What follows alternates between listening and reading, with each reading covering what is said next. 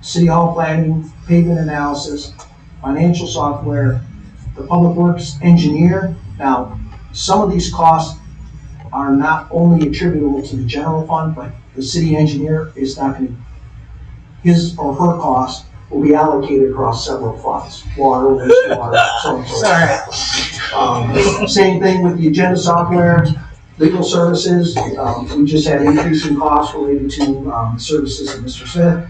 Social media archive, once we go active with the city Facebook site, we do have to archive any correspondence for public records requests.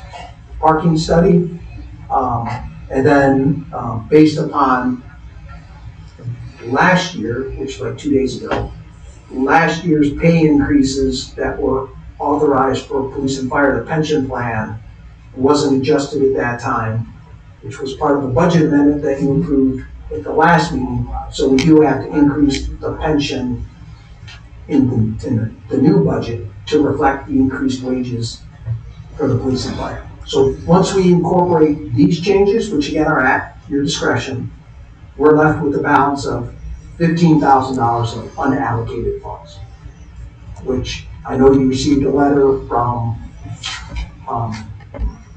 FB3 that if you want to allocate any additional money or any money, since we don't have any allocated for starry nights, can come out of that $15,000, or you may be able to repurpose some of what I originally said was the HR system, because not all of that money is going to go to the HR system. So we do have some reasonable flexibility if you do want to provide some funding for FB3 for starry nights, you know, a reasonable amount of again, I'm not familiar with starry nights, so I'll put ignorance on that. I don't know what you think would be appropriate, $5,000, $10,000. I know we allocated $20,000 for 4th of July. I don't know how that is in relation to what your desires are for starry nights, but we do have money available if you want to provide some support, financial support for starry nights.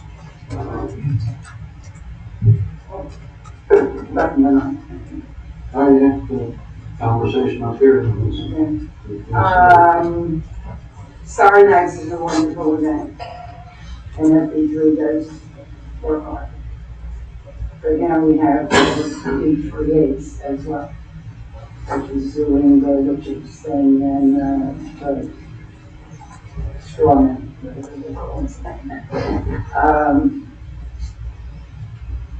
So if, in my head, if I said yes to this, I would want to go try to create some money too. After this, Yeah. after this letter came out earlier today, John stopped by my office and we discussed the Starry Nights situation. And I read through it, but I it's missing the numbers within it, so that's what I wanted to know about. So over a few minutes, I kind of developed a little historically what they've done and what they want. The long and the short of it is something in the area of $10,000 would be a major win. If it's a little less than that, that would still be a win. I think his thought was that $10,000 is what the cost would likely be. But he thinks the S9 and the fire for maybe $2,500 resources. So I would support that. It is an excellent event that has a lot of public support. Even the last 2 years, they've done it without a fee. Jane, could you turn your mic off, please, when you're not needed? They've still done a good event over here at Veterans Park, where of course it will have to be for a few years. So I would support it. I concur with Scott. I think that Starry Nights is definitely growing, and it has been difficult last year without a pier. The first year it was just phenomenal having the stars going all the way down the pier. I think some extra funds would help them become a little bit more creative for the city, and they have a couple hard years until the pier gets rebuilt, but I'm for keeping this tradition alive in the city. I'd be okay with supporting this as well. I think you do make a good point, though, Mr. Neely, about the flag which creates. I know they're part of Flagler Strong as well, so I know we gave Flagler Strong a little something in the past as well, but I know this is maybe like a new thing too, so I mean, I'd be okay with, if we give, the dollar amount that, Mr. Stradley proposed, maybe we give, the, Flagler Beach creates their own, or, Flagler Strong a little something as well too, but that's just my thought, we can still distribute a little bit of the wealth. Well, like you said, there's no numbers on this note that we got. No real. Of course, I'm reading it as we sit down for the meeting, so I really don't know what they have planned or what they're looking for. We don't, like you said, there is no pier anymore, so I don't see stuff.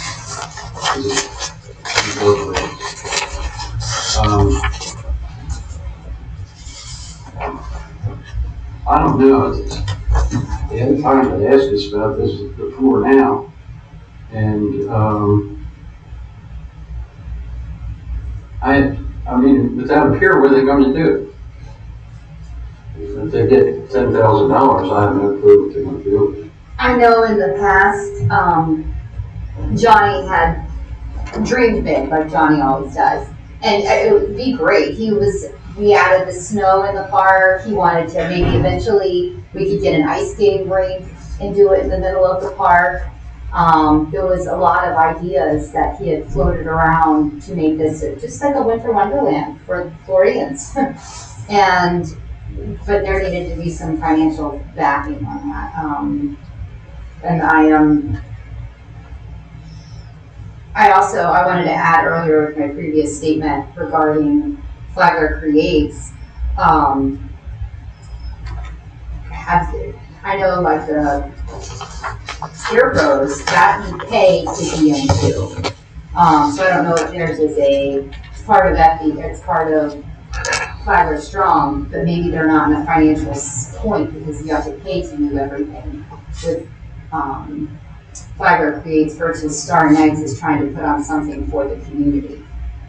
Just trying to think of apples to apples, but I'm okay with also Flagler Creates didn't ask for money. That's one thing too. We don't know if there's a need from them.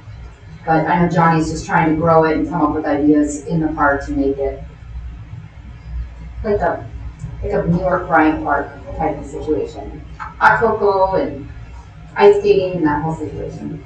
And they also, businesses put stars, when they couldn't put them on the pier anymore. Where they are good big wooden frame stars that are lit up.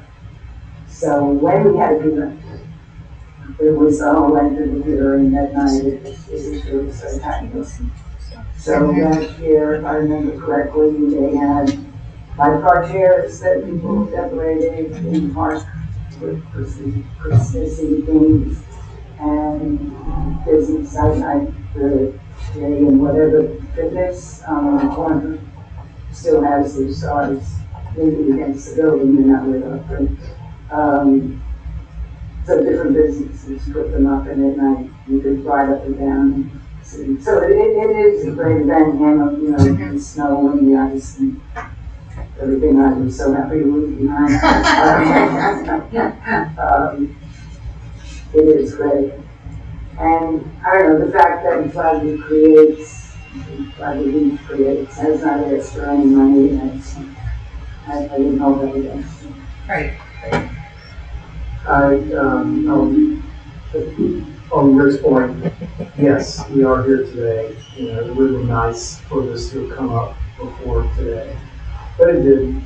And we got $15,000 plus here today. So I was helped greatly by Johnny happening to stop by my office when I happened to be there at the time to talk. He literally just showed up, and so so for me, I got the sense that somewhere between $7,500 and $10,000 are the actual expenses that they've incurred, having to do with electrical primarily. They have a contractor that does a lot of the electrical aspect, and he's still waiting for an estimate for what it would be.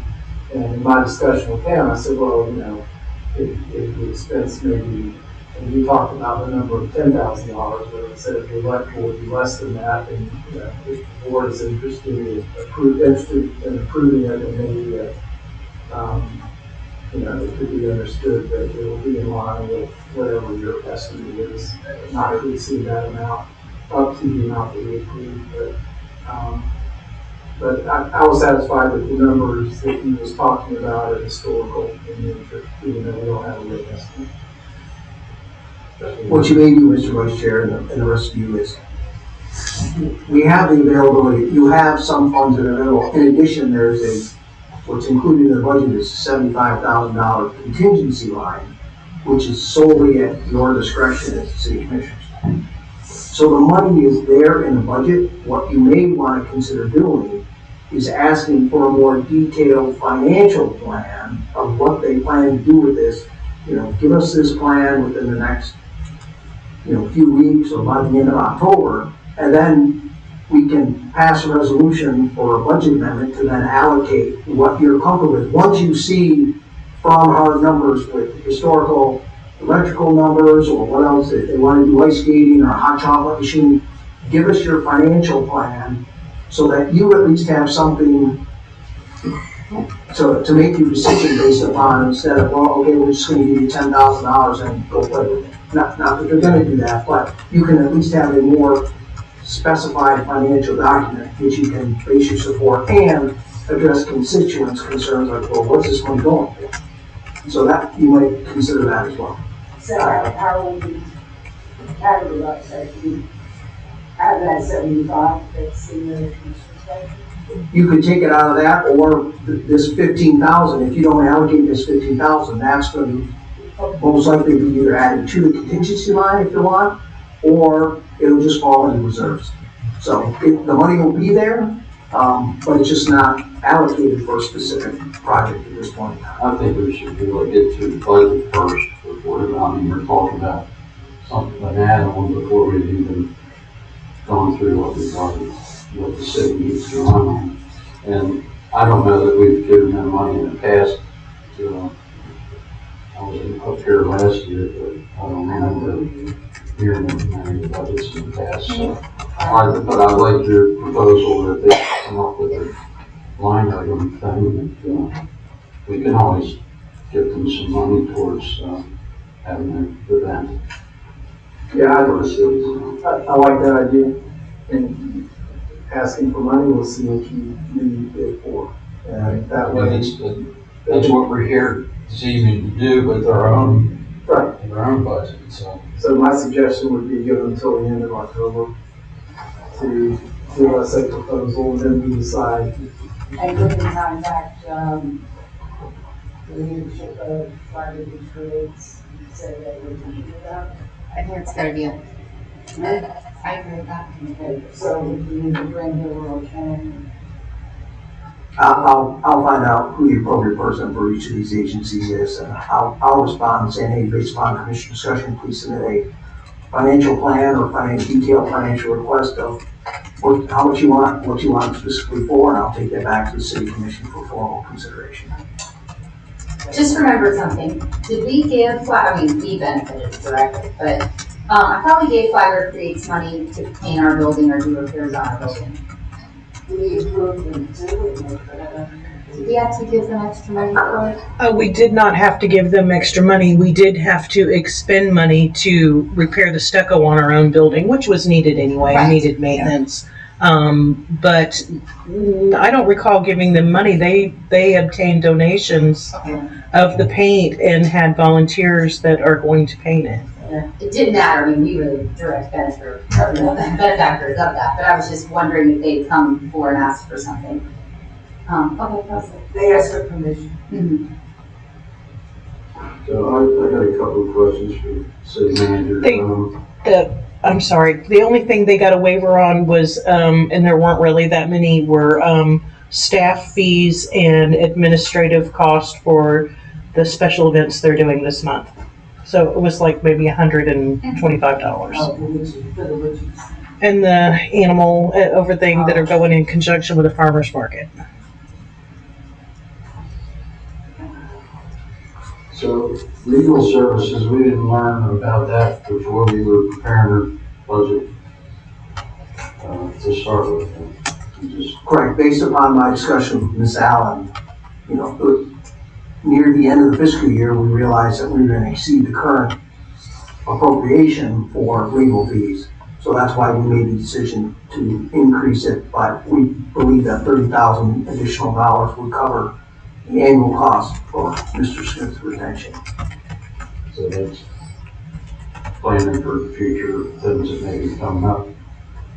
Correct, they're regular legal services that, whether we're engaged or what we use Mr. Smith for. Another parking study, that's, we're all, And let me explain, the parking study may not have been the best word. In my discussions with all of you, there seems to be an interest in paid parking.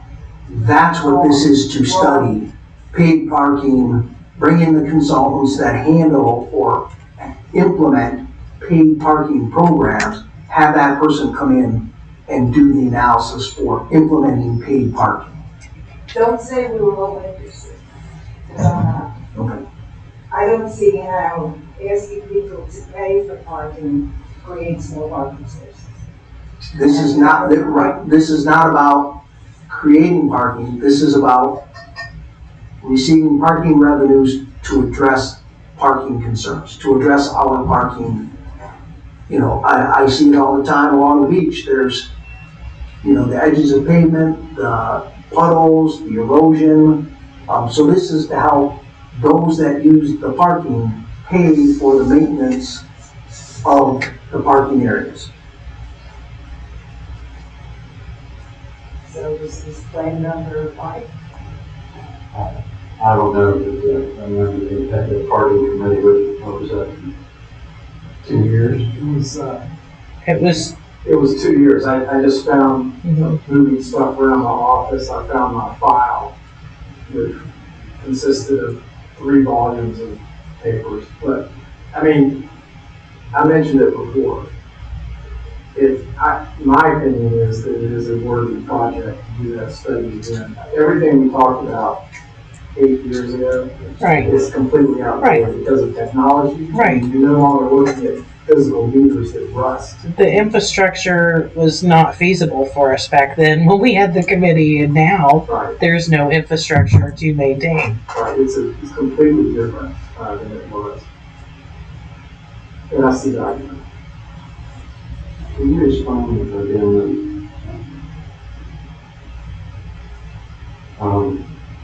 The pensions, it didn't get in, the pension elevations last year, weren't in the budget, so we had to When, and sprinkle on that last year. correct me if I'm wrong, Ms. Allen, No, it just- is when you approve pay increases for the police and fire in this we're now in the last fiscal year, the Okay, previous year. right.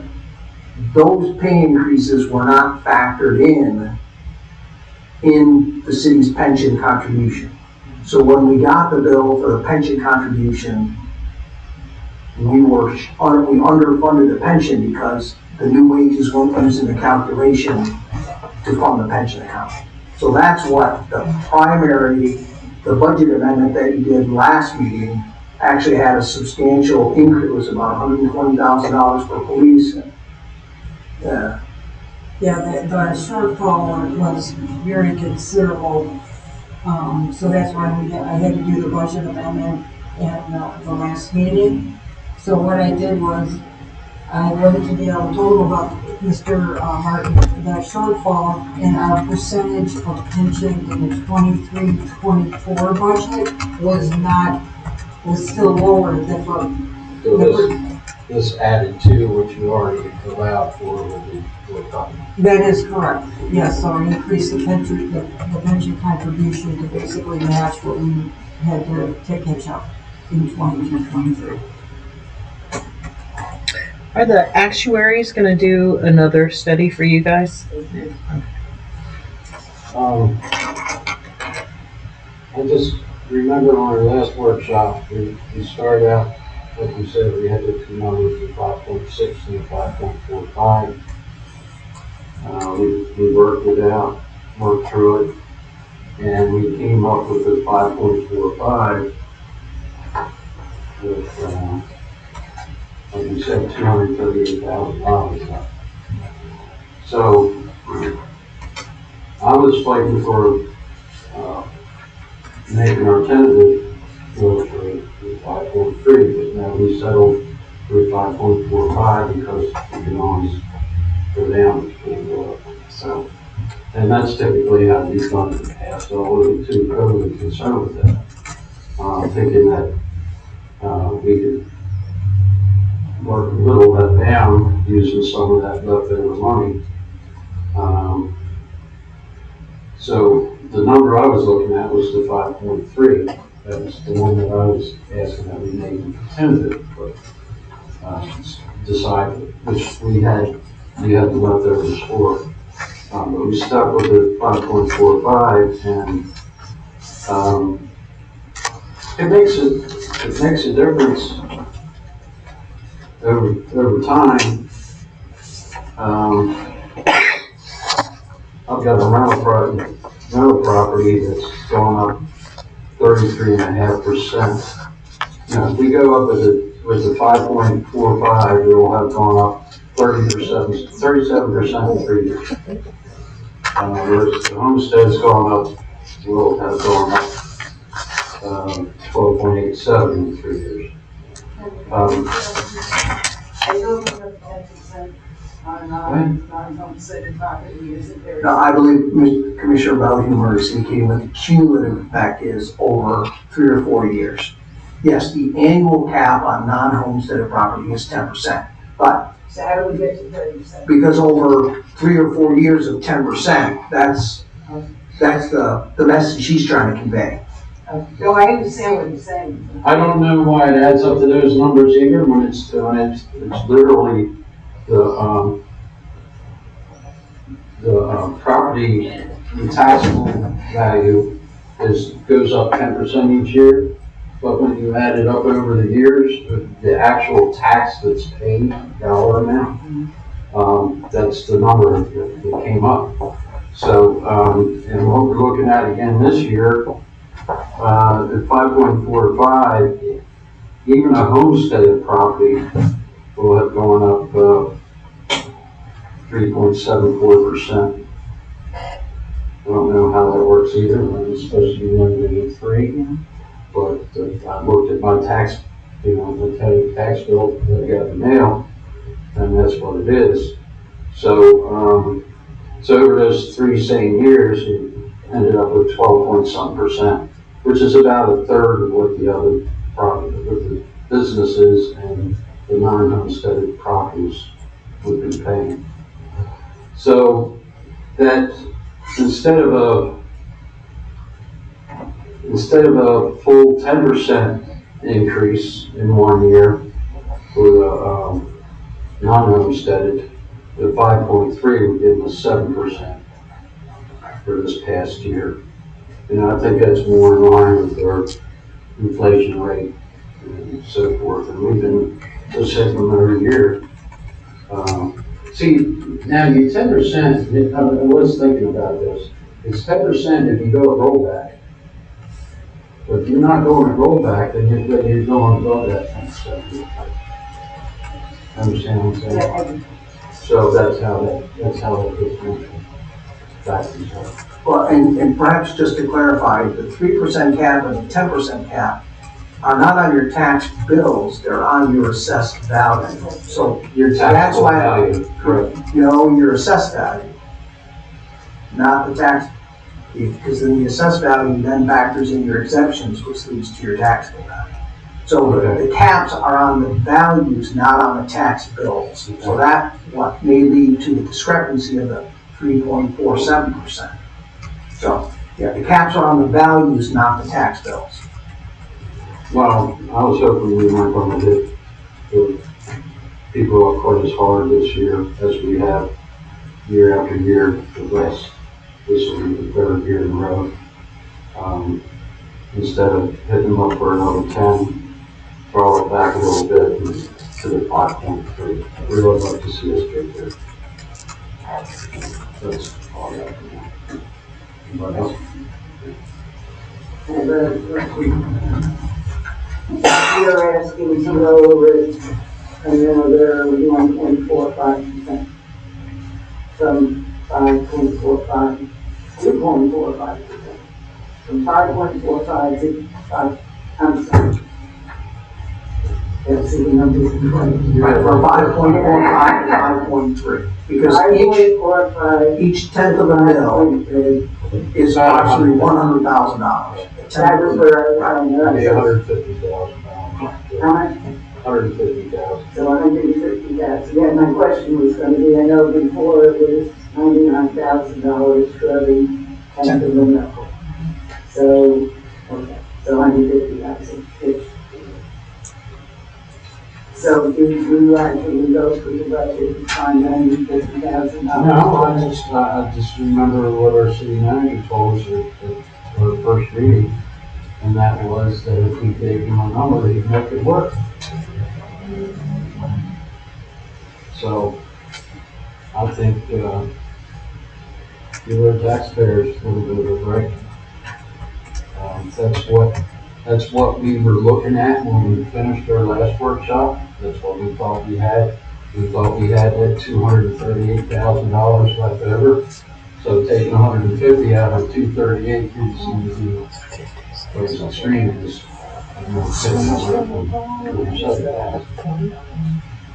How much is that per resident or per household, essentially in taxes?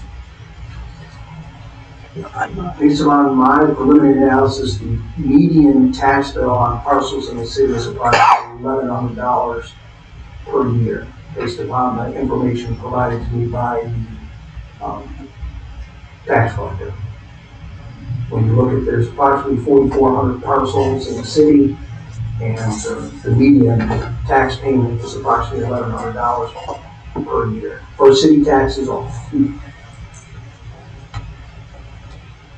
It could be, it depends on, the value of the home, but it could be somewhere around $200. I did send an inquiry to the property appraiser asking for how many properties within the city are homesteaded. And also, although you have the cap of 10% on non-homesteaded properties, the state of Florida determined this consumer price index to be about 6.5%. So my question was, does the property appraiser allocate an automatic 10% to non-homesteaded properties, or is the increase in the assessed value based upon CPI? And I sent that yesterday. I've not had a response yet, but I do know from past inquiries that our homestead rate's been right around 50%. Real close to that. I don't remember which way it was, but it was less than 2%. One way or the other. So it's about 50-50. And instead of a 70% increase, it would be, instead of a 10% increase on non-homesteaded properties, it would be a 7% increase. So depending on how much the tax bill is, property value truly is. But I've been looking at that 5.3 number, thinking that's what we were going to come back to when we came around again for this version. I'm kind of with Jane on this one. You need to see where you can find it and find the money to save versus just having a number that you think you can just go to. There has to be the data there that supports to get to the 5.3. Well, we had that. Now we've had a lot of things added. So it would be most of the things that were added. Well, of these things on the sheet that's labeled October 3rd, Or whatever else. the fire pension, I noticed that you have to, that's 53, almost 53.5 right now. And the legal fee, so that's now 83.5.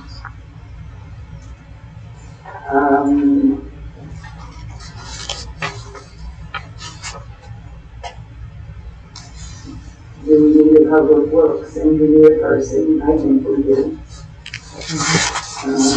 Based on all the projects we've got and our planning. It can't all fall on me and Jen.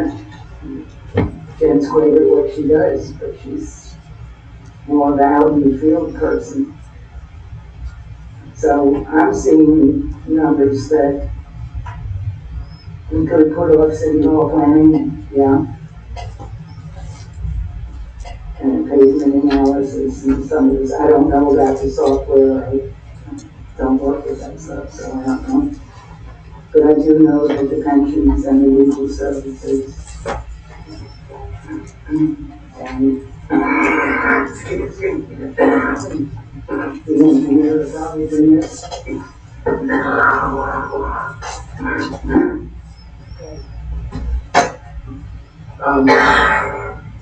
Weighing in on the same issue, yes, I support, lower taxes whenever possible. I'm also persuaded by this budget workshop October 3rd was, beginning with the financial software. I do believe that that's an important item, based on what I see are the current capabilities of the city. And everything below that, public works, engineer, Virginia software, legal services, social media, archive, parking study, police pension, fire pension. So, for me, those items are important. And if reducing down to the level that Rick is advocating means we have to find money from somewhere, I'm concerned about where that somewhere would be, and it may be some of these items. So that would make it difficult for me, without knowing more, to support lowering what we approved at first reading. Well, it's where the numbers go, or where the numbers could come from, it's hard to city manager to some degree. Vacuum truck, for instance, is $380,000. Can you turn your mic on, Rick? I'm sorry. Keep trying not to get the reverberation. Vacuum truck's $380,000, and we're paying $10,000 a month to rent it. I'm just renting. It's not big enough anyway. But I believe those come out of the stormwater fee, so that wouldn't affect your ad valorem tax rate anyway. So we can cut that out, but what that does is that saves the stormwater fund money versus the tax rate. So that savings. Well, part of that went into public works, I'm pretty certain of it. Yeah. Oh, utility I'm fund. almost certain of that. Yeah, it got split between, sewer, stormwater, and, it did the roads and streets at T&D, so it's all in utility funds. So Utility and T&D, stormwater. sewer, and, stormwater. But I've seen those guys out there working, and every time you turn around, they got it empty because it's not big enough. And to spend that kind of money on something that really isn't, I mean, it's very useful, it's a very good tool, and it works very well, but it just runs it's out of gas real fast because it doesn't have a body. I mean, they're down there trying to suck out drains today, and they must have made 8 trips, and then gave up because they couldn't keep up with the water coming back in. So, they've over here at City Hall, and they had to leave early because the truck filled up and they couldn't complete what they were doing. I don't know.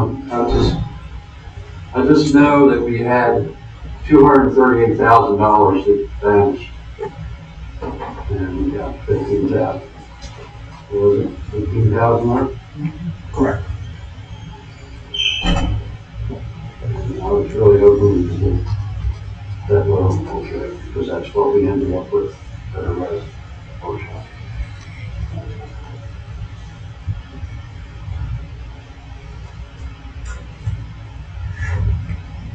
Jerry? Still, you know,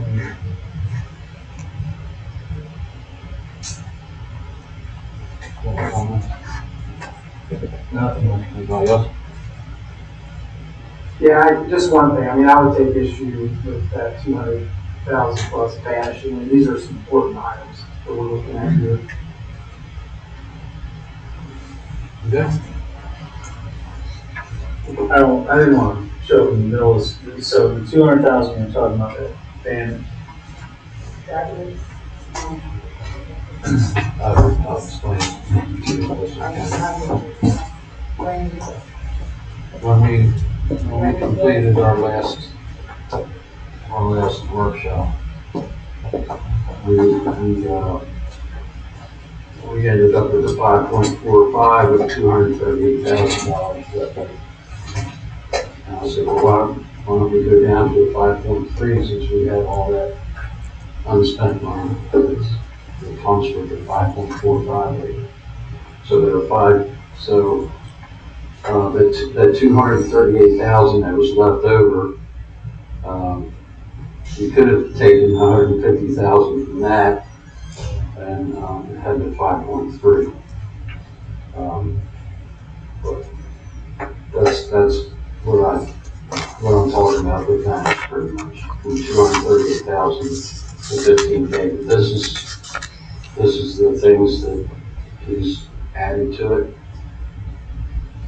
And that's what we got left now, so 15K. To keep it at 5.45.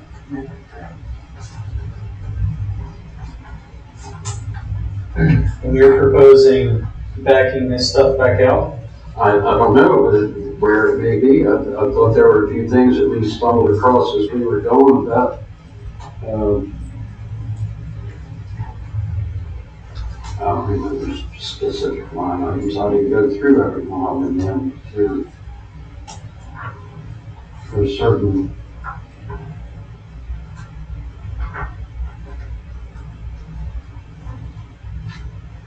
well, he's looking just to catch you what of these things that are on the page that says October 3rd.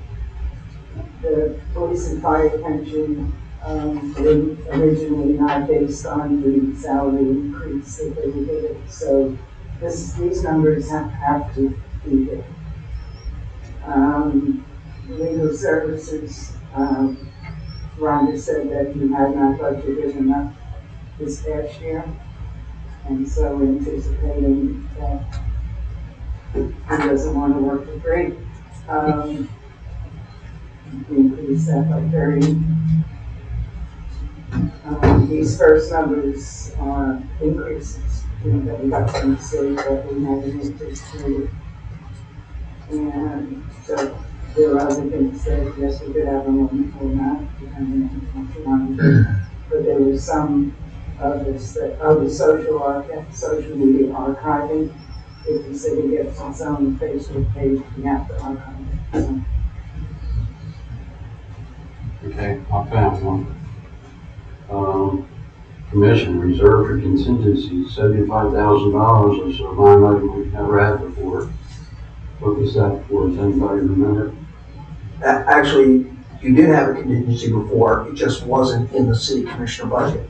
My philosophy on any contingency funds like that should be solely at your discretion. I don't necessarily want department directors thinking, oh, I can tap the contingency and buy a new desk, buy that. Contingency is basically your discretionary money. If a project comes up, you have that to tap into.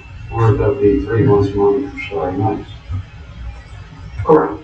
You could tap into that money, it depends on what you want to do with starter nights as well. If you all remember back during the workshops, one of the things that was called out was every single department was putting in reserves for contingencies. You remember that? Every department.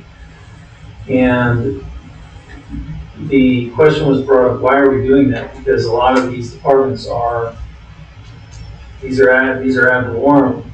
These aren't enterprise funds, and if you have a reserve, that is your contingency. And then if you're budgeting for contingencies and pulling from ad valorem to just have it on top of a reserve, you're almost double dipping into having two reserves at that point. You don't need a reserve, a general fund reserve, and a reserve under every single department head for reserve for contingencies. That's the case why we have a general fund reserve.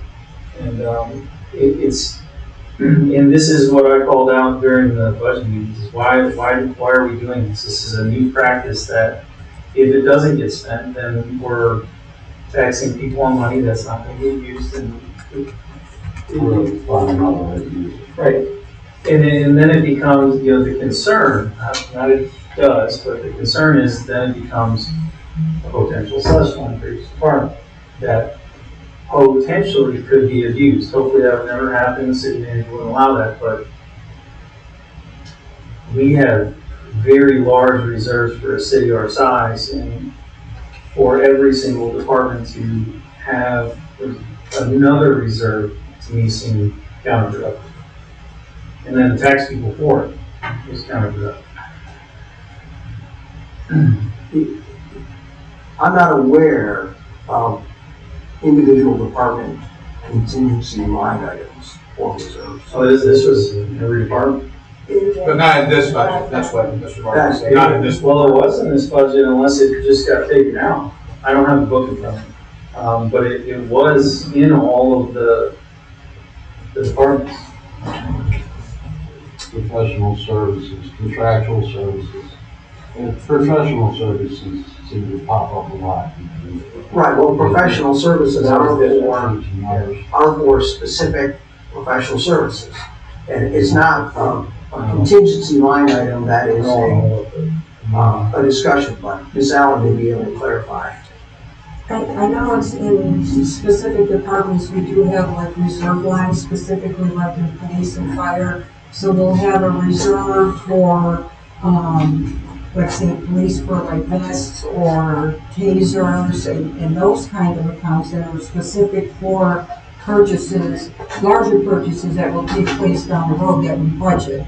Same thing with fire for like fire equipment, those kind of things. But I mean, I am not aware of any specific contingency funds within the departments. Right, and Ms. Allen is correct. There is a line item that says, I just opened the fire department.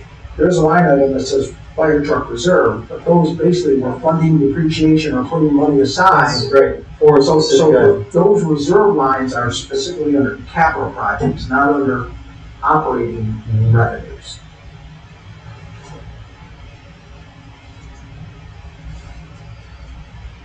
So then that had to, I guess in the process, that penalty got taken out. Yeah, they used to, there used to be one, I mean, but it's not doing that. Right.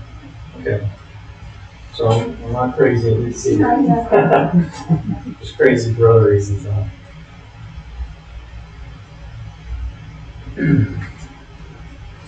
Okay, so you got 10 minutes. Did y'all discuss $25,000 for city hall planning? What? We discussed if we were to try to cut out 238,000, James said, make the suggestion, that's one thing of 25,000, you can say that of 150,000. The October 3rd budget workshop sheet here doesn't leave a lot to cut.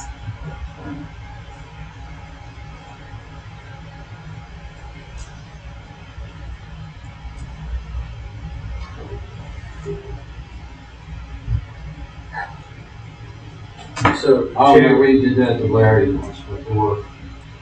And, he gave us the challenge to give him a number and gave a number, and it took him 24 hours to find it. We had to make it work. Well, not, I know Dale gave us that option at our first budget hearing. Larry pulled so much from reserves after those It sounds hurricane like- declarations, it didn't fucking matter. I don't know, to me, Larry has As a I magic mentioned before, wand. Eric, everything from financial software down. Those last two items on that column and everything on the right-hand column, to me are things that I would not like to risk dropping off. If we if we cut the existing projection by $150,000, it has to come from somewhere. But I would hate to see it come on those items, even though those are new arrivals onto the city. And as Jamie mentioned, some of them can't be cut anyway. Can't cut pensions. No. And also, so that leaves using what you just said, $45,000 that we could cut out. Doesn't do anything. Right. And as far as saying, Mr. Martin, here's the number, go make it work, I'm sure he and Ryan can do that. But I don't want to give up a budget that I'm not familiar with, that I haven't been part of developing, that I can't defend. If somebody says, why aren't we doing blah, blah, next year? Well, I guess it got cut out of the budget and I wasn't even aware of it. I don't know. Even after the, and I know this year is rough because we had actually three people developing this budget. So you were left with nothing. I guess I'm not, I understand. But now that we have 7 minutes left, I don't think this is the time to really get between $45,000. Mr. Chairman, Vice Chairman, the only thing we need to come out with at the 5 o'clock meeting, 5:01 meeting, is the millage rate. And no matter what millage rate you pick, staff will make it work.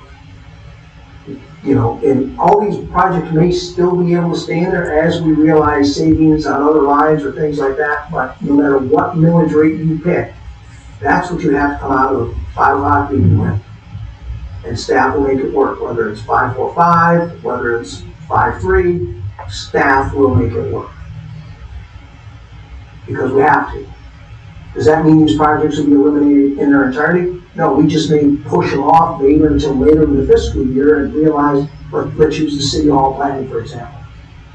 Maybe we wait, we realize some savings later on, later in the fiscal year, and then we embark on that. If we know we just still have some of that money, come back to you and say, listen, we were originally going to cut this out, or we're not going to go forward with it until we know that we have the funds available, even if the millage rate is lower than the 5.45. But again, the key thing, the mandatory thing we have to come out with at the 5 o'clock meeting is what millage rate you want. And no matter what millage rate you pick, within reason, Right. we will find a way to make it work. I just gotta ask, since we're all sitting here, is there any of the folks up here that is pushing this city hall planning actively and aggressively? And the reason why I ask is because I feel like this is getting crammed down our throats in every single financial meeting we have. And not one of us, according to this discussion, is asking for it. And that bothers me.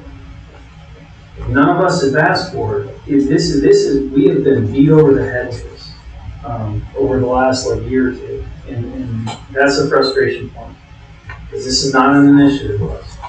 So I just wanted to have the conversation while we were here because nobody's ever brought it up, and I didn't know where it was coming from.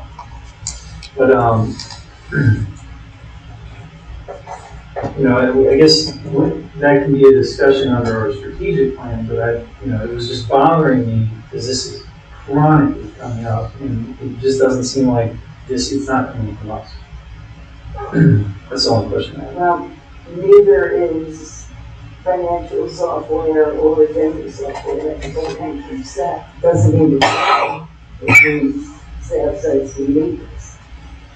So, and I know, financial software, I know Kathleen was telling us that the DSNA was there's some size great for forever. So I don't know what this one does that the DSNA doesn't do. Agenda software. This is a measure, I don't know. We're getting the same kind of agenda for the last 18 years that I've been here. Works good. And one probably than that. So Doesn't mean they're bad things, it just means it didn't come from us. Tools to do the job is much different than multi-million dollar initiatives that this body has never asked for. I get it, we might need some tools, but I have a lot of concerns about that. You're talking millions upon millions of dollars in one initiative. But that was all I'm pointing out.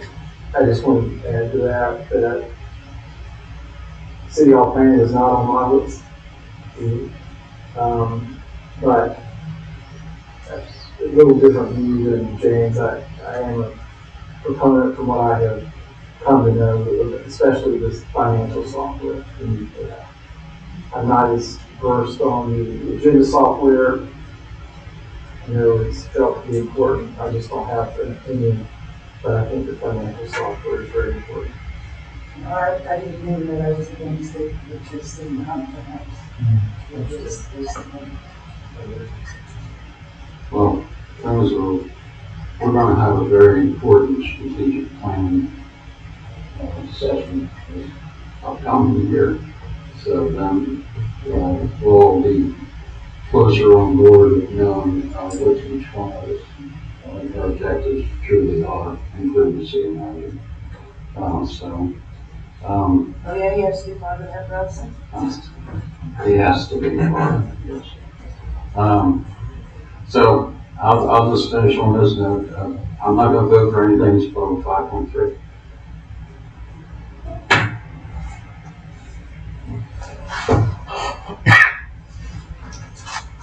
I don't know which one. Anybody else? I'll take the next one.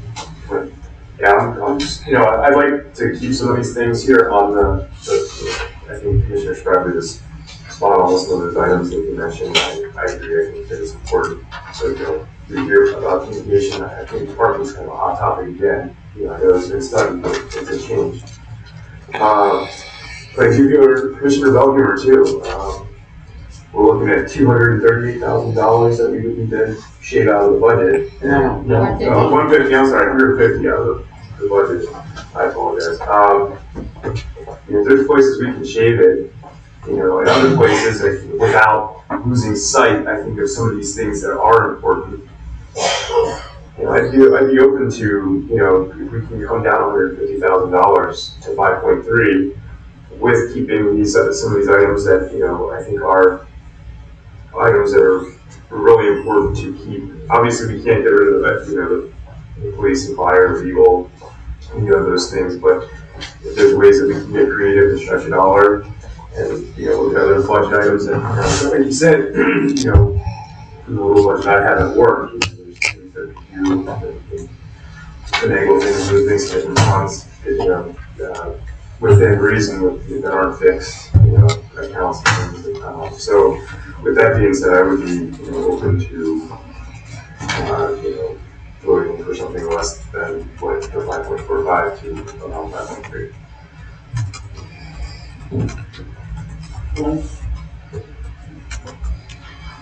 Okay.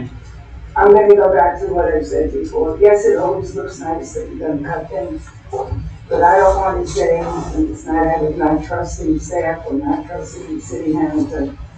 I don't want to be told, here's the new budget, you have nothing to say about it. Because you wanted to cut $150,000 out of it. So we cut here, we cut here, we cut here, and we had nothing to say about it because we just said cut $150,000. So I don't know where it's gonna come from. Maybe something important, people have told me this particular thing is important.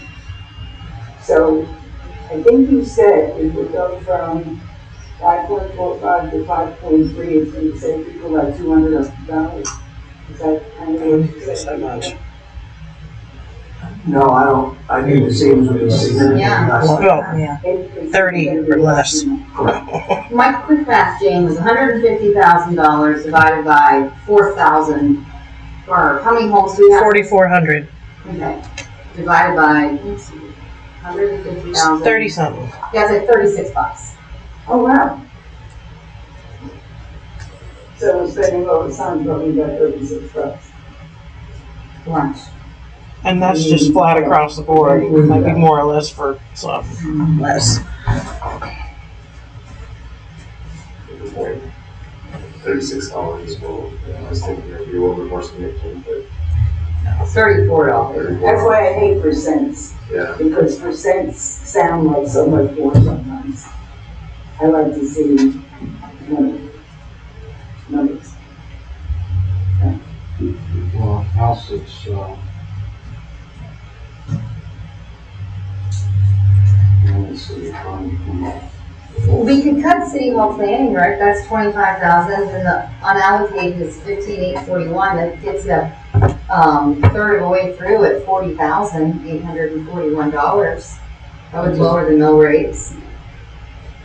If you want to cut some, I mean, it's not so much about trying to save people X number of dollars, but it's just $238,000 turned into $15,000. That's Well, I'll say again, since you said that again,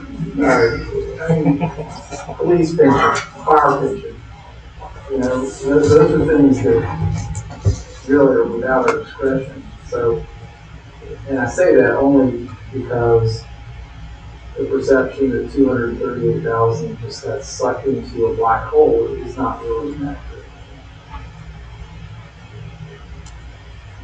Mr. Chairman? Yes, if you want to say reduce it $150,000, I think you pointed out some of the stuff, we can take out the $75,000 city commission contingency fund. There's $75,000. If you want to take out the city hall planning, and where that came from is yes, in general discussion with you, as well as a previous study. Admittedly, a lot of the studies that I'm becoming familiar with are somewhat dated, but this was a 2008 study that said city hall is inadequate. So I know that was a decision module that was considered in January. But part of my thinking that if you want to consider a new city hall, that's a 3-year process. So planning design, so when you say go, it's 3 years before we get to that point. But can we cut that? Yeah, I mean, you're at $100,000 right there.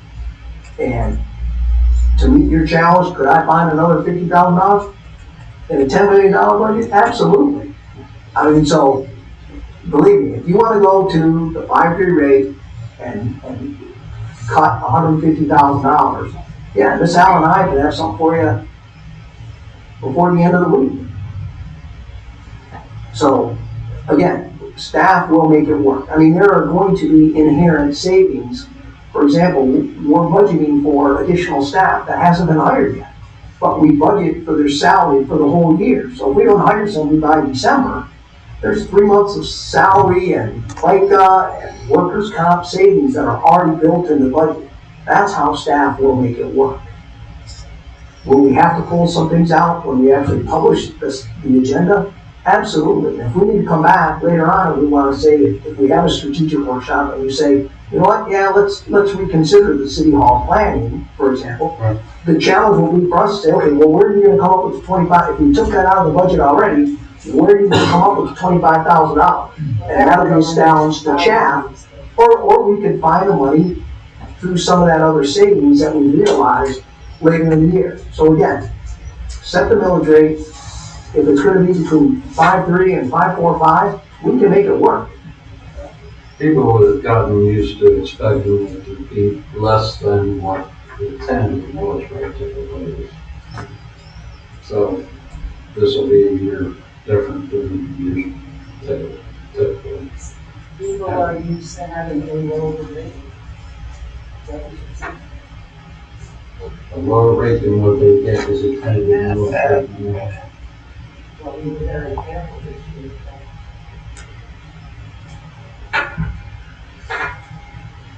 Are we violating the law here? So, yeah, you can't start early, you can start late.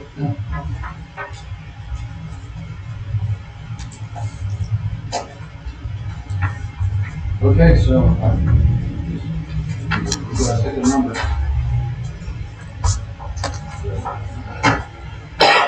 Actually, the number will be at the subsequent meeting, not us. So, Can't take action. Can't take action. No, we can reach a consensus. Okay. Fine then. Let me see. Let me take. You got anything to say about it? Open up the public comment. Bob Cunningham, Flyway Beach.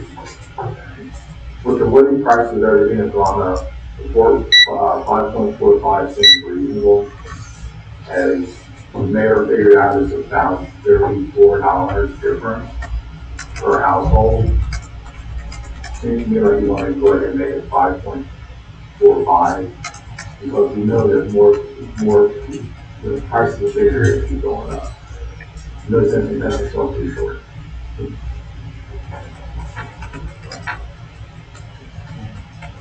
Anybody else in the public? Close public comment.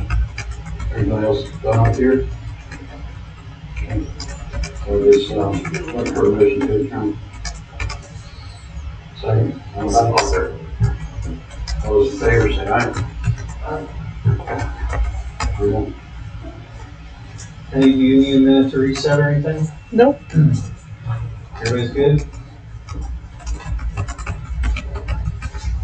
All right.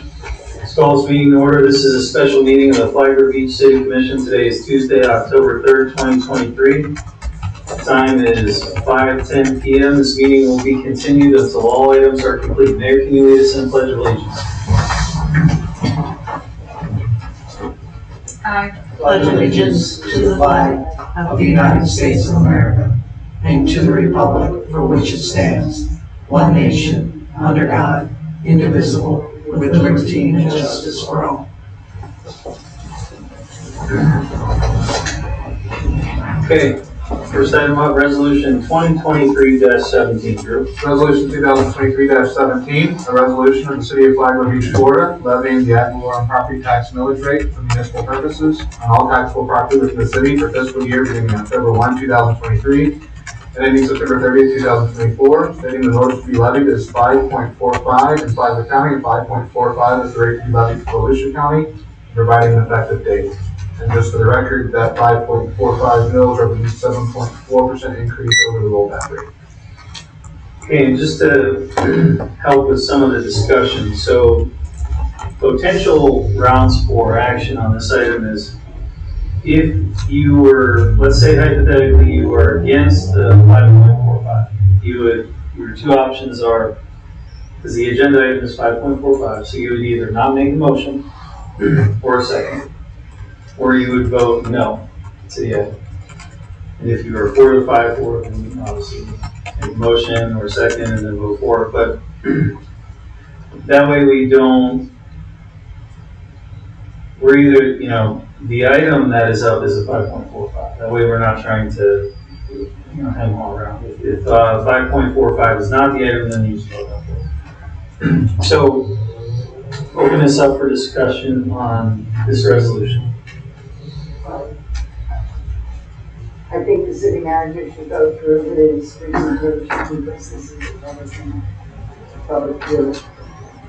The other is a public meeting, it's a public hearing. I would agree with that. City manager, you're up. Thank you, Commission.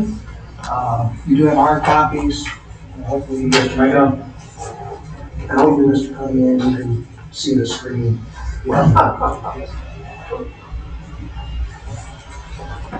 All right, this is based upon, this is a summary of where we stood after the July 27th budget workshop. There were two budgets originally presented. One was at a 5.6, which would have generated roughly $5.3 million in ad valorem tax revenue, and an alternative budget of 5.45, generating approximately 5.2 million. So we did set the tentative millage rate at 5.4500, which, as Mr. Smith indicated, does represent a 7.5% tax revenue increase, which is the standard over the rollback rate. The consumer price index for the year as set by the state of Florida was 6.5% increase. Homesteaded properties are capped through the constitutional amendment of Save Our Homes at 3%. Non-homestead properties are capped to 2018 Amendment 2. Those are capped at 10%. And again, those are annual increases to the assessed value of properties. So the budget presented is a balanced budget. Revenues of approximately $9.3.5 million, expenditures of $9.3.5 million. Property taxes do account for approximately 62% of our general fund revenues, not including the transfers that come into the general fund. This is a list of the decision modules that, based upon your discussion at the July 27th meeting, were incorporated formally into the budget, based upon your actions or comments at the July 27th. So those include grant administrator, and again, for the chairman's clarification, that is repurposed to an IT support person, not a grants. I reassigned grants administration to an existing staff person. The compensation plan you adopted, the human resources assistant is actually being merged with the executive assistant in an effort to keep headcount down or not expanding headcount. The vacuum truck, the AICW is Atlantic Intercoastal Waterway Crossing. That's the design element of the water main crossing. The AICW to provide redundancy for the city's water system. Police cell phones, less lethal shotguns, which are beanbags, the 4th of July support, parking improvements, floodplain software, paramedic incentive, and recycling operator. So these were decision items that, based upon your discussion, were incorporated formally into the budget.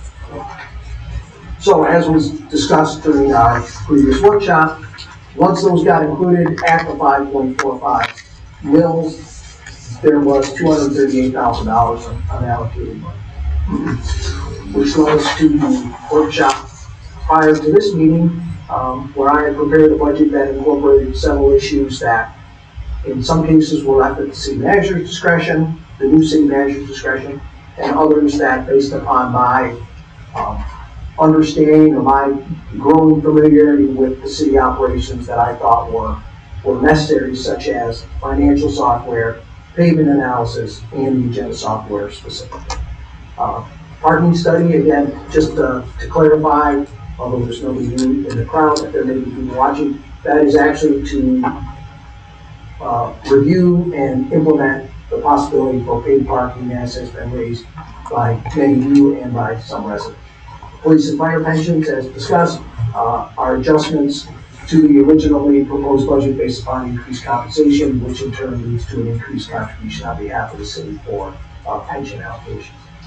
So at the end of that, and the $30,000 for legal services is we are exceeding the annual allocation, what was in the budget last fiscal year. So this is an increase based upon the current trend of where we are with legal services. The three items to clarify in italics, those are actually increases in revenue from the state that are increasing. So that would increase that original $238,000 to approximately $243,000. So once all those are incorporated, we are left with an unallocated budget of approximately $15,000. This page just represents a summary of the non-general fund budgets, the pure enterprise fund, building code inspection fund, utility fund, sanitation fund, stormwater fund, and the community redevelopment area or CRA fund. And when you add the general fund into it, the total city budget is approximately $36.3 million. As I've had discussions with all of you, these are the unrestricted cash balances or the reserves for each one of the funds. The general fund is currently at $5.23 million. And now some of that, depending on how you want to proceed with a fund reserve balance policy or fund reserve policy. If you go with a common allocation of approximately 25% of your general fund operating budgets, we should set aside for emergency purposes, not to be touched unless we actually declare emergency. That would roughly be about $2.25 million. So that would reduce your unrestricted cash balances to approximately $3 million in the general fund. The Pier Enterprise Fund is showing a negative balance. That's because we are awaiting various reimbursements from grant agencies as well as FEMA. So that's why that shows as a negative balance. That's why it's in our account. The other funds show what those reserves are. Utility fund is primarily funding long-term projects, whether it's for water, wastewater, stormwater improvements. Sanitation fund, again, good funding future purchases of equipment.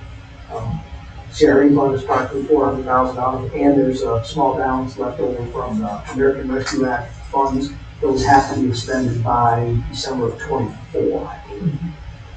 So our total unrestricted cash balances, it shows is $10 million, but again, based upon what we will likely present to you as a fund balance or a reserve policy, that will actually fall to about $7.5 or $7.75 million. And again, as I said first, I'd like to thank the General Manager, Dr. Abels, and the senior staff for the work that they did with the budget. I didn't go into the operational budget because I think you did your due diligence or your work as the budget workshop. And anything that was recommended was incorporated into the final proposal. Thank you for your support and your efforts on this issue. All right, questions for city manager since he was up? All right, general discussion. Commissioner Bellinger, yes. No, already said. I'll stick in my guns and not go to anything, go 5.3. Mr. Chairman, and just to clarify, that the proposed millage rate does require a supermajority of a minimum of 4 votes. So just to clarify where we stand in relation to what the state statute requires for a budget proposed at this millage rate. Further discussion. We'll open this up to public comment. Any members of the public wish to speak on this agenda item? Oh, I spoke on it. That was at the workshop, then. Bob Cunningham, Flat Beach. If I haven't, they kind of making me do it. So, as we know, the price of everything's going up. As the mayor figured out, calculated in the workshop, the difference between 5.45 and 5.3 is roughly $36 based on the average in the number of homes. I think we're better off to go ahead and get the extra $34 to $36, go with a higher millage rate, which is actually less than what the initial proposed millage rate was. And we should just go with the 5.45 to make sure we can meet all our obligations and everything that the city needs now. If we don't do it now, we'll do it later. It will cost us more money for the years down the road. Thank you. Okay, thank you. Anyone else for public comment? I see no one close public comment. Further discussion. Make a motion, we approve resolution 2023-17. We have a motion. Do we have a second? I'll second the motion. All right, motion and second. Thank you. Call roll, please.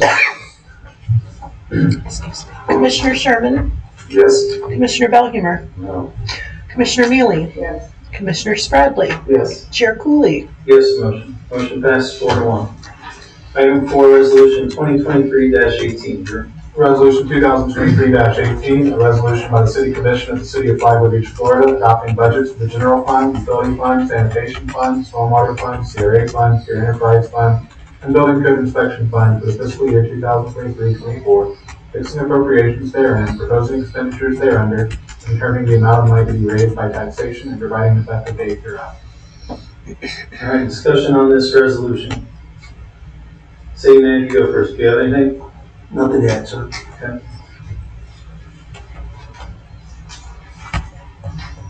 I grabbed today. Well, These are all we did enterprise try to funds. put it together. Mr. Bellinger? These are all enterprise funds. And your general fund, I mean, this is your budget for the year. Yeah, this is also down. All right, I'll open this up public comment. Any members of the public wish to speak on this agenda item? Got two heads. All right, see you. Seeing no's, we will close public comment. Motion to approve resolution 2023-18. I'll second the motion. All right, a motion and a second. Penny, if you call roll. Commissioner Belheimer, No. Commissioner Mealy, Commissioner Spradley, Yes. Commissioner Sherman, Yes. Chair Cooley. Yes, motion passes 4-1. Further discussion. I have one item, city manager or something. Thank you for your support. Oops. We're out of time. The only item I had is, and this is just general business, but we really need to think about getting, we're already in fall, we need to get a date going for strategic. We gotta do something. So are you all in line with sooner than later? Yes. Okay. So city manager, a little bit of homework on getting that together, because we got holidays coming, and before you know, we're halfway through the year. And I will look at something, we do only have the one meeting in November, but I'll try and get something in between that meeting and the Thanksgiving holiday, because after that, I'm supposed to be on vacation. So we'll get something late October, early November. That would be ideal, because the further you get into the fiscal year, the less it proves work done. Can I add one thing? There. Let's also not forget the TDC grant. Oh, I was just thinking the same. I have been thinking about it at night. I'm gonna bring that up in our strategic meeting. And I've been discussing that with staff on a variety of options that are related to tourist activities, so we'll have some options to present. We are going to link, and that will be upon us. And they're going to be writing it again. January, February. Okay, any business? Promotion adjourned. Make a motion to adjourn. All right, adjourned. Just 1 second. It's okay. Back. All the things that I've heard about that we talked about in those meetings, the taxes coming in has never been one.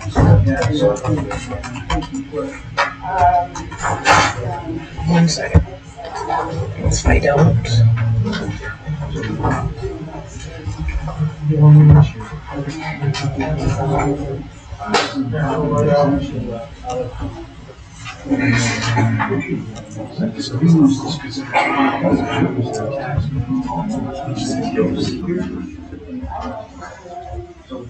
This is what's there. That's cool string. All right, goodbye.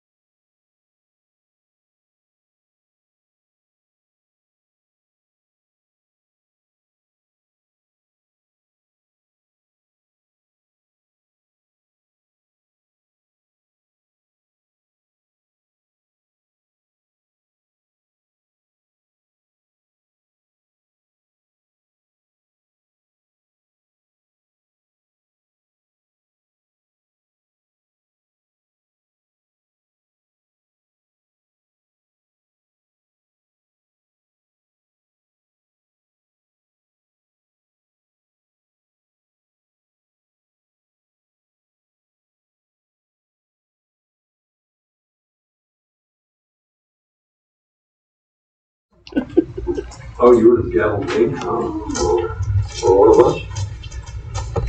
Okay, Tuesday, October 3rd, 2023, Planning Architectural Review Board meeting.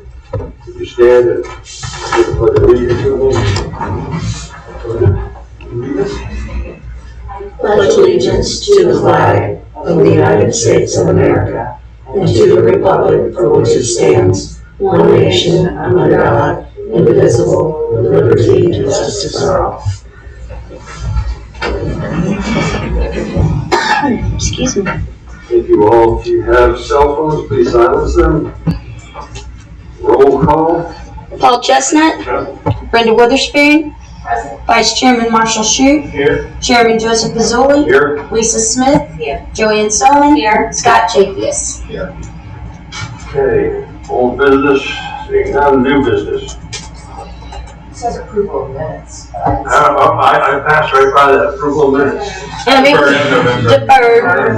Deferred. Deferred. That's why that's. Sorry, my fault. No problem. Ordinance number 2023.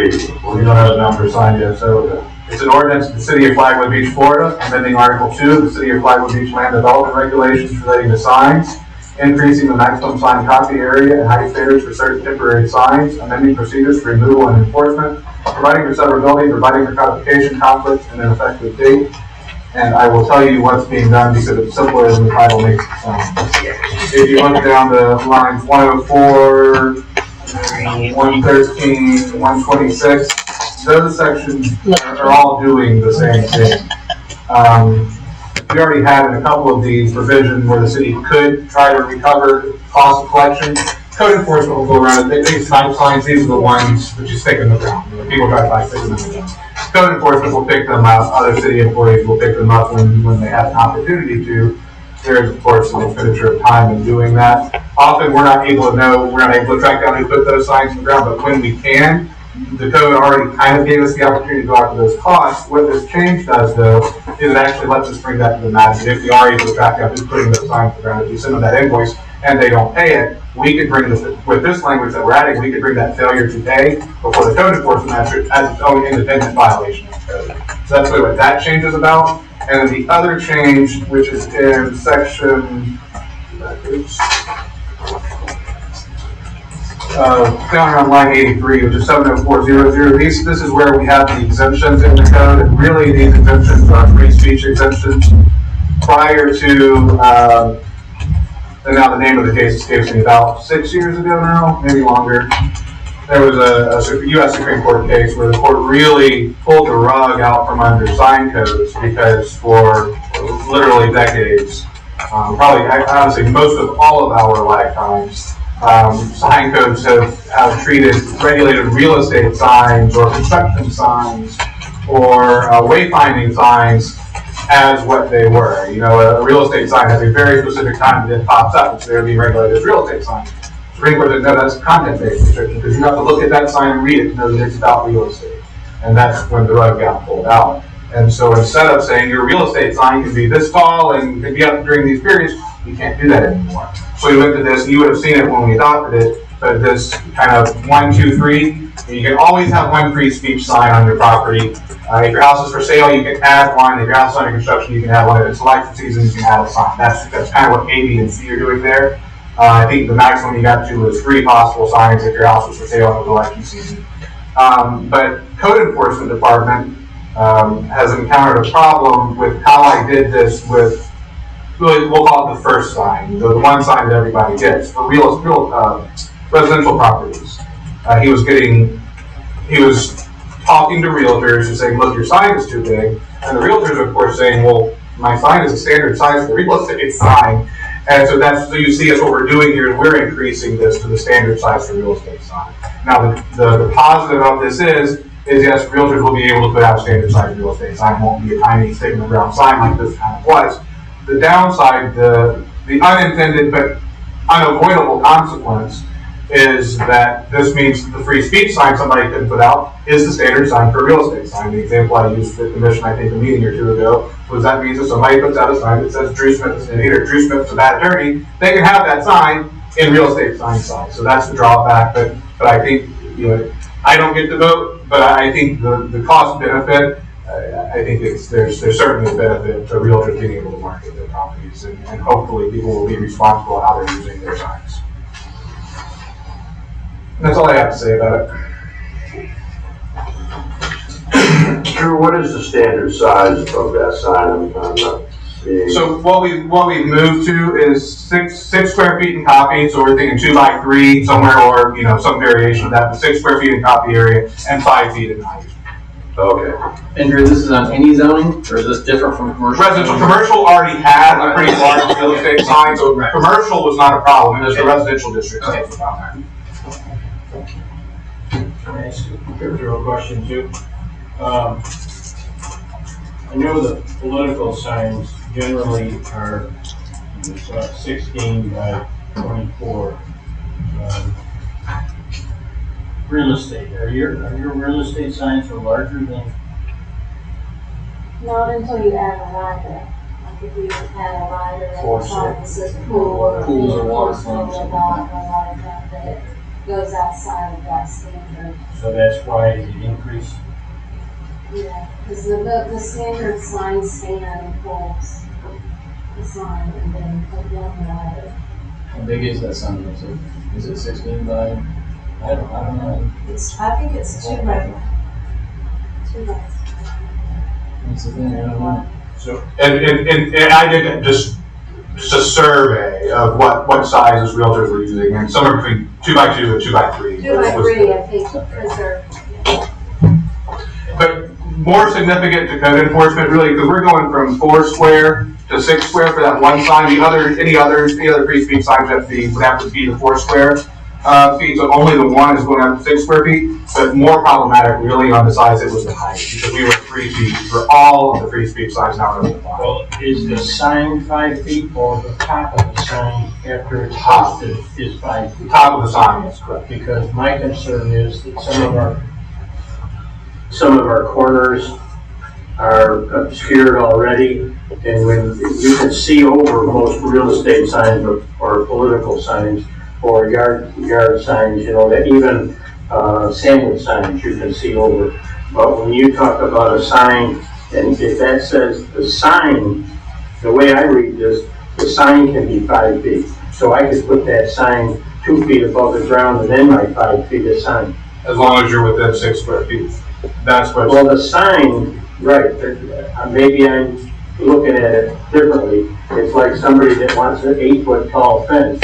It has to be 6 feet from the surrounding ground. So they put 2.5, 3 feet of dirt and put their fence up on top of it. So here we've got a sign that's 5 feet tall, and you put it on a corner lot, and looks like you could put 3 of them on there. One that's going to be 5 feet tall, the other would be limited to 2. Is that, how does that factor in? I don't see that. All I see if you look at 2 other temporary signs. Right, no additional temporary signs, right, so the section may exceed 4 square feet in sign copy area and 3 feet in height. It's the underlying language right after the temporary signs. Right, I see that. And then at the bottom, line 83, it says increased by 2 temporary signs. So why isn't it 3 signs 5 feet tall? It's one sign 5 feet tall, and then if you use your additional temporary signs, and those are limited to 3. That is the purpose of that underlying language that comes out here. But okay. I'm still concerned with the fact that it would seem to me that the height of the sign on the topography should be not over 5 feet. Because I can imagine somebody with a lower car, you've got a lot of small cars, you put a 5-foot sign on a corner, there's no way they can see around.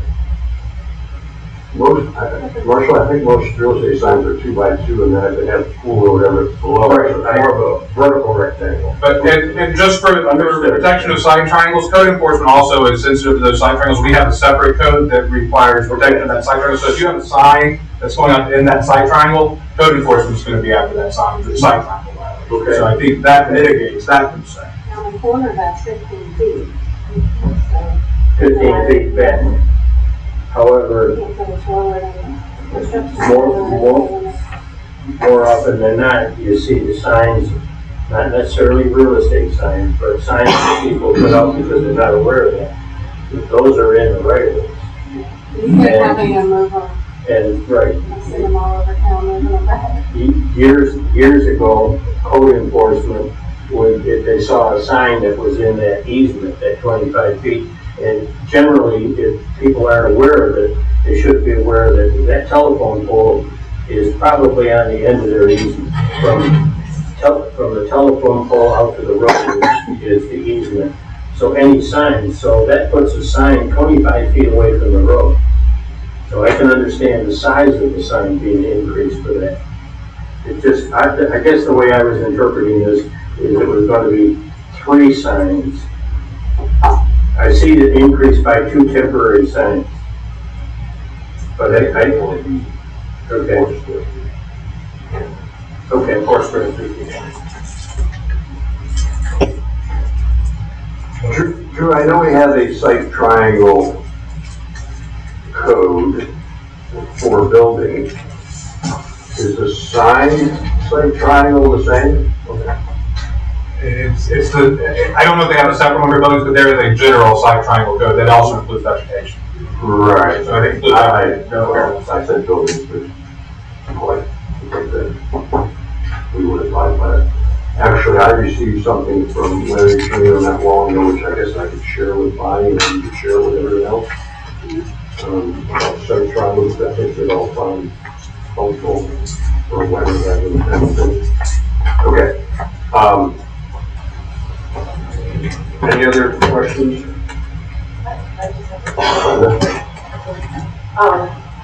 This section 7.09.02, immediate removal of unsafe signs. Am I taking a leap to think that the city is able to continue this site triangle and it is causing, what they're talking about, serious danger to the public? I mean, we have some means to govern the site triangle. That's one point, just curious. And because we were talking about residential, and maybe I blew by it, it didn't come out and specify real estate signs. But if someone has... There's nothing that specifies real estate signs because that was a Supreme Court case. We can't specify it. Okay. So I guess my question is we're talking about residential, and if someone has a vacation rental and they have a sign out front, is that considered business, residential? The state has decided, state of Florida has decided that short-term rentals, Airbnb, et cetera, is a residential use of property, it's not a commercial use of property. So those signs have to stay under the same guidelines? All signs stay under the same guidelines. Again, we cannot regulate the sign based on what it says. That is what's causing this. So if you have a sign that says Airbnb, it's just a sign that says Airbnb. It doesn't mean you're renting Airbnb, even though you probably are. It doesn't change anything. The content of the sign, it's really the time, place, and manner is all we can. Right, okay. And if I could ask, I know we were talking about public property removals of signs, etc., but where do these flags come in? Are they considered signage? Because some of them have been in place. They're regulated by the sign code, and the sign code allows 3 flags on the property. Just all the time. Okay. And again, we can't distinguish between political flags, state flags, national flags, etc. Flags are flags. It doesn't matter what the content of the flag Right, is. so just all the flags. Okay, that's all. Thank you. Yeah, just back to the vacation rental thing. The Microphone. sorry. The application for vacation rental says down at the bottom of it, no signs. Is that that's not enforced? I don't know if they're putting signs up or not, but that's, we can say no signs. We can't, if we see an Airbnb sign, we can't regulate that sign because it says Airbnb. Okay. So we can say you're a resident of property, you can't have a sign. Now, free speech signs come into play. You can always have one sign that has your free speech, whatever you want to say. But yes, you can say, and that's similar to, although I know we're not talking about businesses because of how the state interprets short-term rentals, But similarly with, home occupations, there can be an external indication of home occupation. So some jurisdictions have a no sign policy. You can say no signs, you can't say what the content of that sign can be. So there's no distinction between commercial, residential, sign is a sign. Sign is a sign is a sign, correct. And your sign code does allow larger signs for residential, but we do not get into what speech goes on those signs.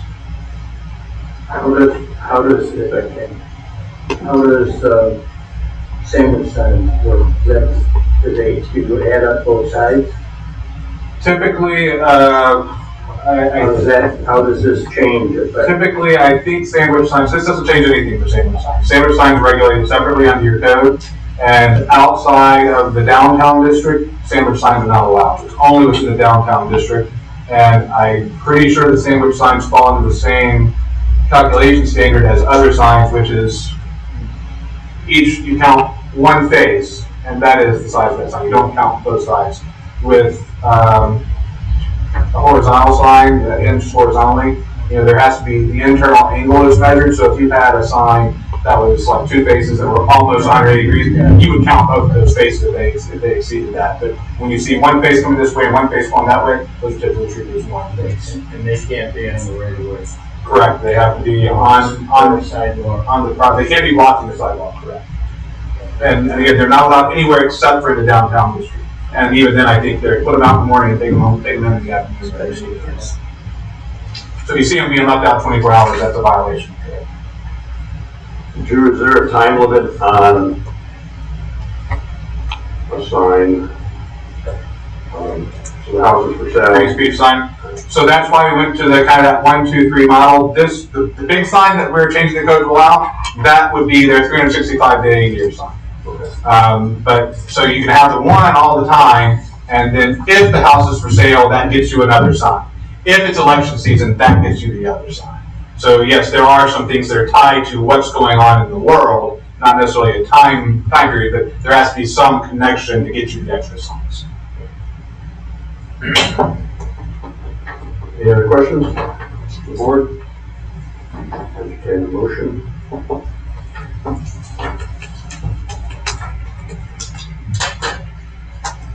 I move that we recommend approval of ordinance number 2023XXXX.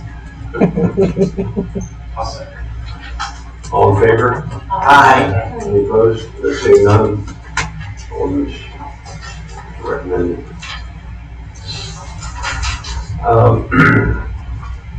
Old business applicant OE-23-09-02 request approval of an outdoor entertainment permit, 811 Salt and Vine, 811 North Ocean Shore Boulevard. Penny? Hi. The applicant has her manager here as a representative, it's my understanding. And the applicant her flight, she was not able to make it back in time for this meeting. There was miscommunication at the last planning board meeting. But she has someone here to represent her. I did resend out notices to the properties within 200 feet, letting them know that the hearing dates have changed for this prior board and the commission meeting on the 12th of October. You have before you an application from Salt and Vine. It's my understanding that right now, other than maybe was speaking to the owner, Kristen, that other than some soft music, she's basically doing events in her parking lot, which I'm hoping this young lady can explain more about those. But special events, not any live bands out there or anything. And eventually, maybe she would go into that, but at this point now, it's a spa with a wine area, I believe. I've never been there. This particular property does own property to the south as well, for additional parking. That's when she closes off her parking lot for the tent events. And that's all I have to say. Thank you, Penny. Would you mind coming up to the podium and stating your name? I'll turn that on. And I have some questions for you. I'm Christy Barrett. Feel a little bit like Kevin Bacon in Footloose right now, trying to get permission from the city. Okay, Scott, do you have any questions? No, my only concern on the thing is next door has one as well. And they're gonna be back to back or facing each other or lined up or however, and it's bound to be a big problem between the two properties, so that's breakaways to the north. And this one. Other than that, no, I have no issues with letting cover from it. But as long as they work that out, they just don't want the police department to be there every night. Both of them have a band going, either of them will be able to go. So. I have very good rapport with Breakaways. I've been going there since the business opened and friends with the owners. And when we do have events, I always go over there and let them know that because I'm very respectful of our property. So I don't see that that's going to be any issues. We're also not going to be doing live music for quite some time until the front of the house is opened up. It's just basically a Bose speaker when we have special events or a yoga event, or like a spa night in for ladies or gentlemen that rent out the space. We might have some music outside.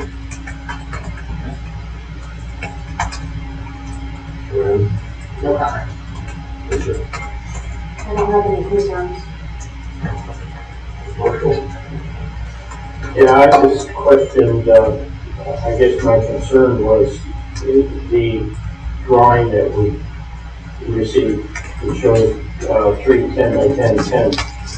And I know there's a spacing between tents. And at the same time, I was wondering how much of your parking, if you show you have 8 parking spots with the possibility of 6 more just next door. What happens when you put the tents up for those 8 parking spots? Are you? So she probably hasn't seen the drawing. Yeah, I might not have, it might be my drawing, I'm not sure, but. Okay. Also, the rules is that when the extra property was everything. Oh, I see. So when we do have an event with tents, we don't use our parking lot for parking. We block that off just for an event. The property next door, which is the pottery, down to earth pottery, we own that building as well, so there is parking available there. There's 2 apartments upstairs, so there's parking there. So when we have the tents, we don't use our parking lot for parking. Okay. Yeah. Are they, I don't know what the requirement is anyways. Are they required to have a certain number of parking spaces? That has nothing to do with this application for outdoor entertainment. Okay. You're basing it on the drawing that the music would play. Got it.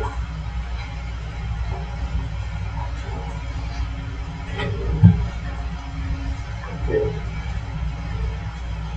Why, just out of curiosity, why are they looking to put the speakers all the way towards the west back by the building? Is it on that drawing? Or it says speaker facing east? Can you hold up the drawing you're looking at so I can, so she does not. So it was my understanding that we were supposed to have the speaker face towards A1A. Right.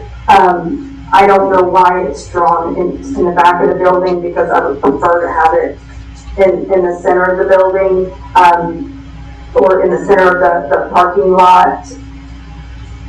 Where the alcove is. Right. Right. But I'll put it wherever you want to tell me to put it. But I think I had asked before, isn't there residential in back of this? There is. Yes. There is. And they play the music very loud, and so they don't really. They don't mind. They don't know. Actually, The resident that lives behind that, her husband is a stage manager and travels all over the country doing concerts. Yeah, they do gym. Put speakers in their backyard. Yeah. Okay, thanks. Just a few questions. I did a site visit and toured the business, which is very nice. So I know that when this fall's open, you know what you guys are going to do to implement this fall. And I understand your relationship with Breakaways because it was new and their music was such that it did not interfere with, it was only speaker music, so it wasn't interfering. With that said, I too was questioning that location of the speaker because it's not just the people who love rock and roll behind you, there's 3 homes within that. And I think that if it was moved into the alcove where you're talking about, that it would be better for everyone. I agree. And I can attest that whole east facing thing, is, I don't know where it came from, but it's not really a factor, and that alcove would help. And it would benefit, you wouldn't have to turn it up so loud because it would get to the position that we're talking about.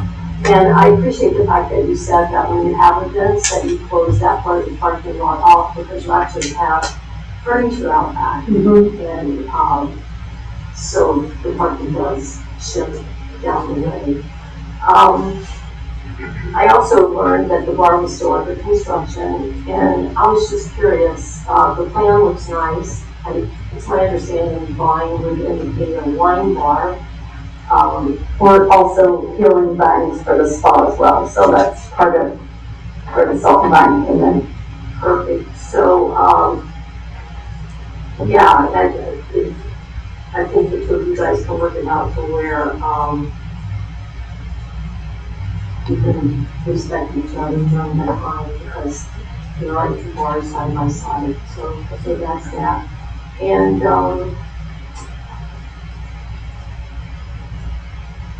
that's really all. Thank you. Thank you. Paul? Okay, real quick, what's this in our packet? Back page. Back page, it's a notice of hearing and status update?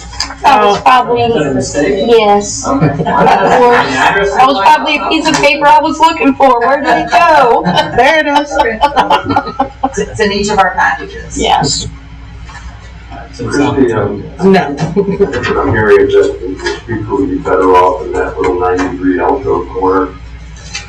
Did you have a question? They showed 3 10x10 tents, but one of the tents, it can't be over 200 square feet. That's just a single tent over 200 square feet. Correct, because I think that's what the triggers building to. Right, and it's allowed, it just triggers an inspection for tie downs. Okay.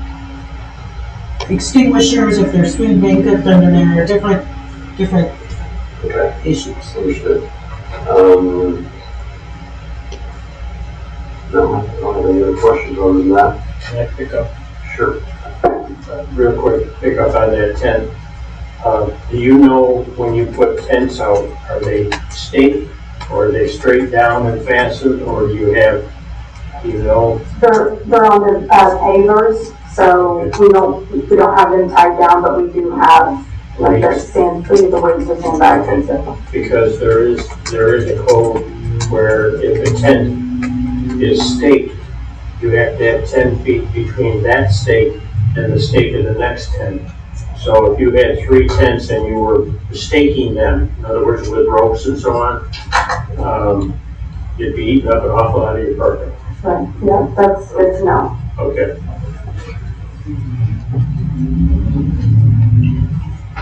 Okay, I've opened this to the public now. Seeing no public, we'll close to the public. Entertain a motion. It's your turn. One over here, I make a motion that we approve, recommend approval on application OE 230902 as submitted. Second. Do we want to add the location of the speaker? Moving the speaker into the alcove. Okay, then moving the speaker to the alcove. Okay, And is that okay with the second? I have a question though. I mean, what if they have a band? The band can't fit in the alcove. Well, right, the motion was just to move the speaker into the alcove. I'll send that too. Okay, all in favor? Aye. Any opposed? Okay. Our recommendation has been passed. Move forward. Council Commission Wednesday. It's going on October 12th.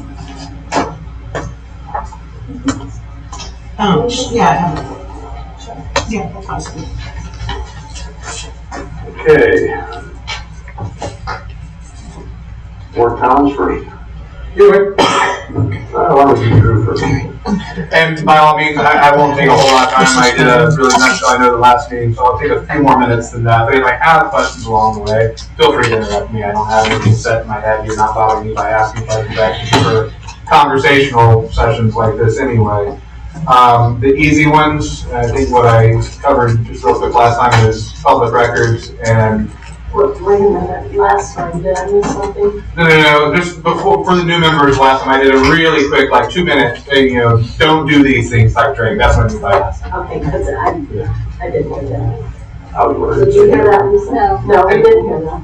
You're all already so good. So I'm gonna spend a little bit of time on public records and sunshine, but the bulk of what I talked about, they will be on legislative versus quasi-judicial decisions, because this is a good board for that conversation, because you did both. Today is a good agenda for it, because you did both today. You make feel like it. So starting with public records, just remember that everything I think this is what I said last time, everything you receive about City of Flagler Beach business, treat it as if it's a public record. Don't throw it away, don't look at the emails. Hopefully you're not getting bombarded by members of the public with information and your packets. City staff has a packet unless you write and share notes on your packet. You can toss it, you can hand it back to the clerk, which what most of us do is hand it back to the clerk at the end of the meeting. That's a good idea, because often if there's plans or anything in there, they can repurpose those plans and use them for the commission meeting.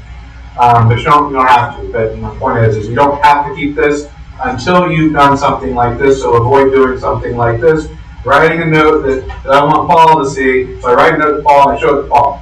Well, now that note is a public record, which makes this a public record, so now it has to be maintained. If you do that, or if somebody else does it to you and hands you a piece of paper, and you take that piece of paper, just give it to your recording secretary at the end of the meeting and say, this was handed to me, it's now a public record, could you retain it for me?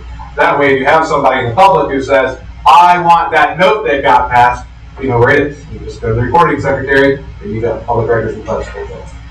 Any questions about that? It's never happened here, so nobody's ever, I've had to scold passing notes, even at the commission, every once in a while I've scolded passing notes. I've never seen anybody pass notes on this one. One quick question, so if someone does send you an email about something on the agenda, you should send that to. Your recording secretary. Okay. And it doesn't hurt for you to keep it also, because technically you are the custodian of that record, but as long as you have sent it to the recording secretary, she will probably send it to the city clerk. We know on the cities, and that's being maintained. We're protecting the city and we're protecting you. So you don't have to worry as much about it, but I do always caution people, especially if you have software that deletes, you haven't sent delete an email after it's been sitting there for 6 months, change that for whatever folder you're using for city business, because you don't want those things disappearing just in case something comes in and you didn't get to the city clerk first.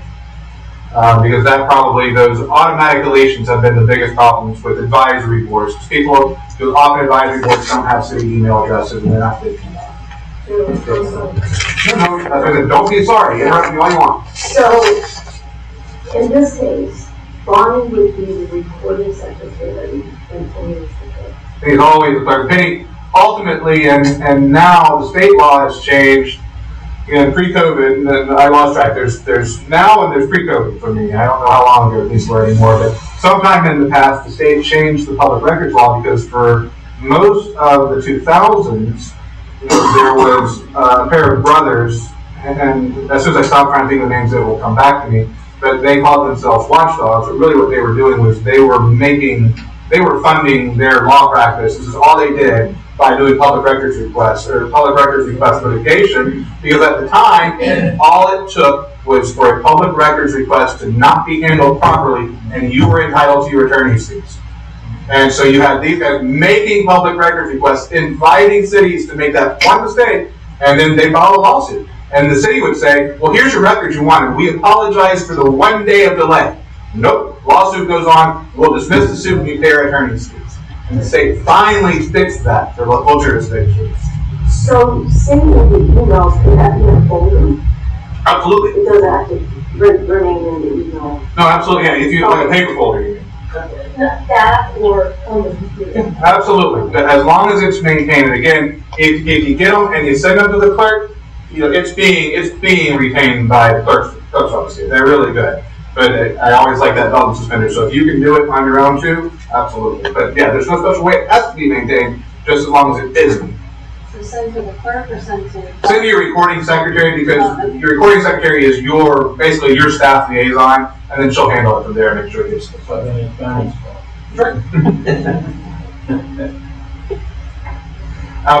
really, and that's what that change in state law. That's what it did. Is it created.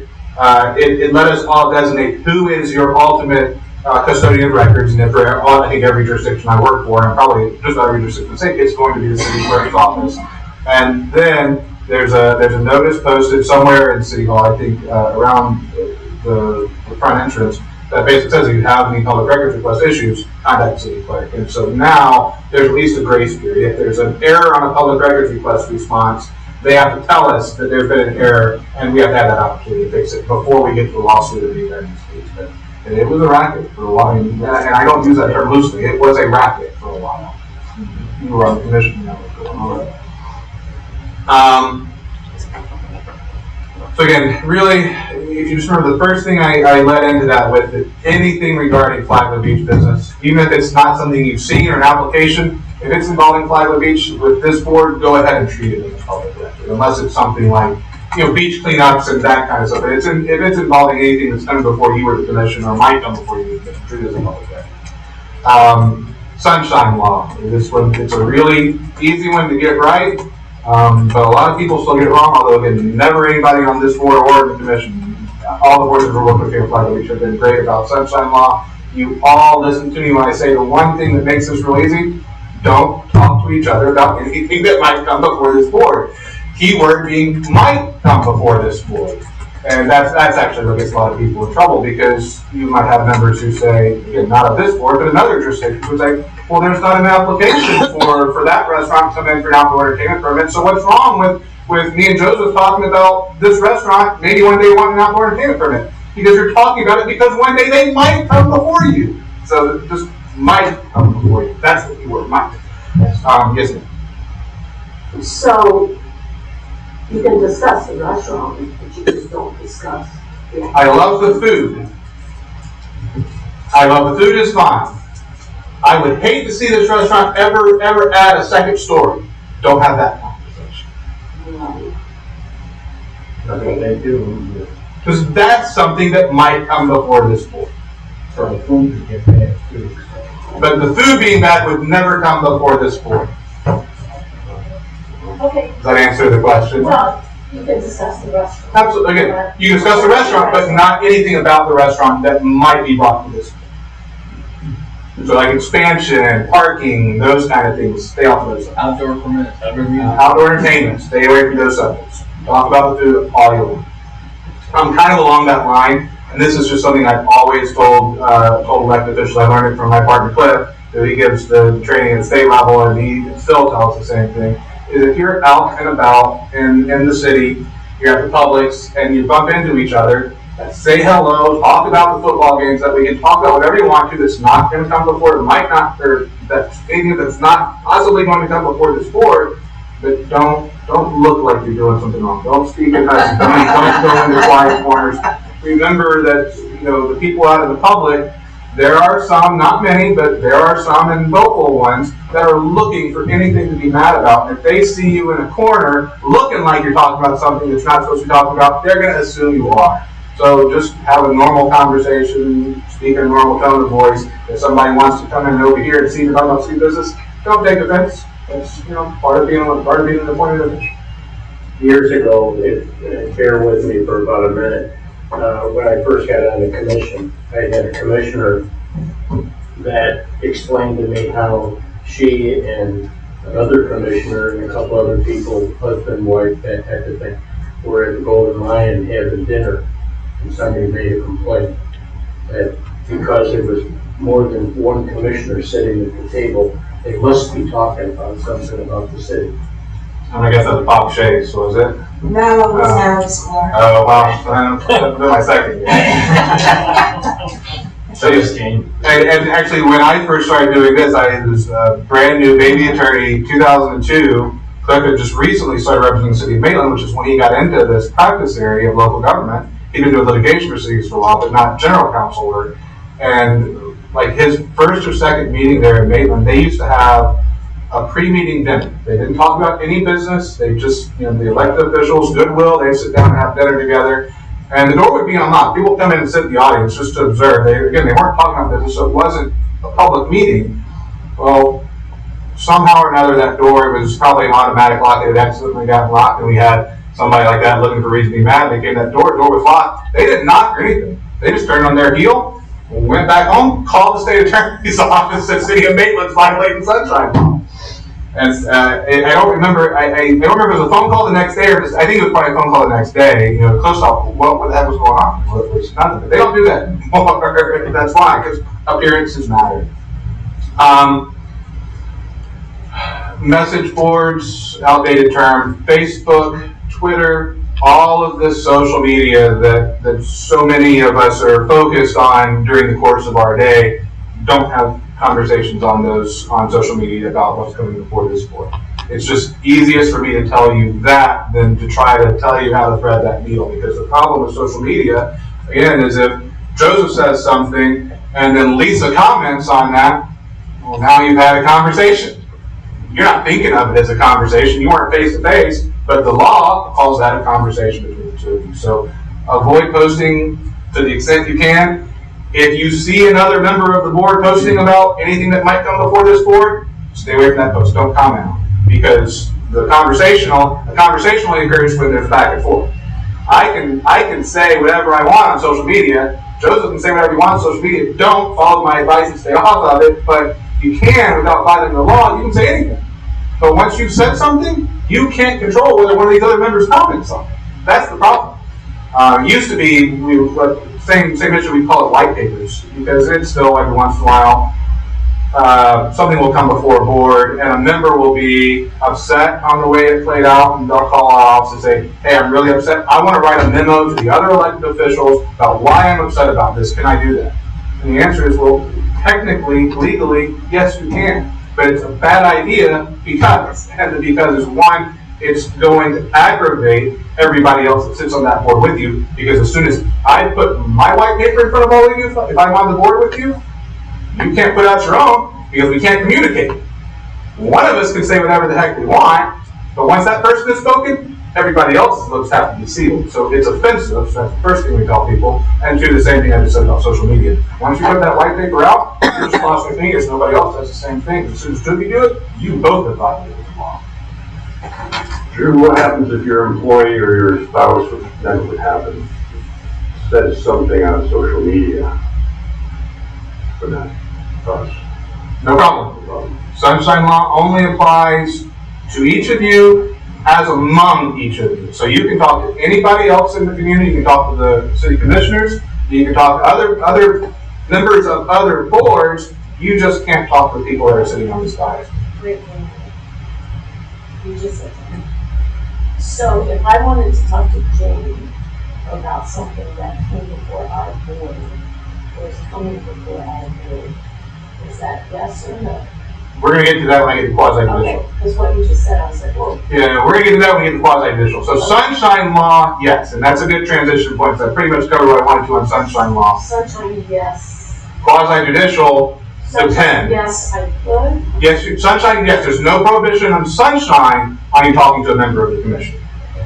Quasi-judicial matters, the problem is, remember in quasi-judicial matters, and just why this agenda was good, you have an ordinance is legislative.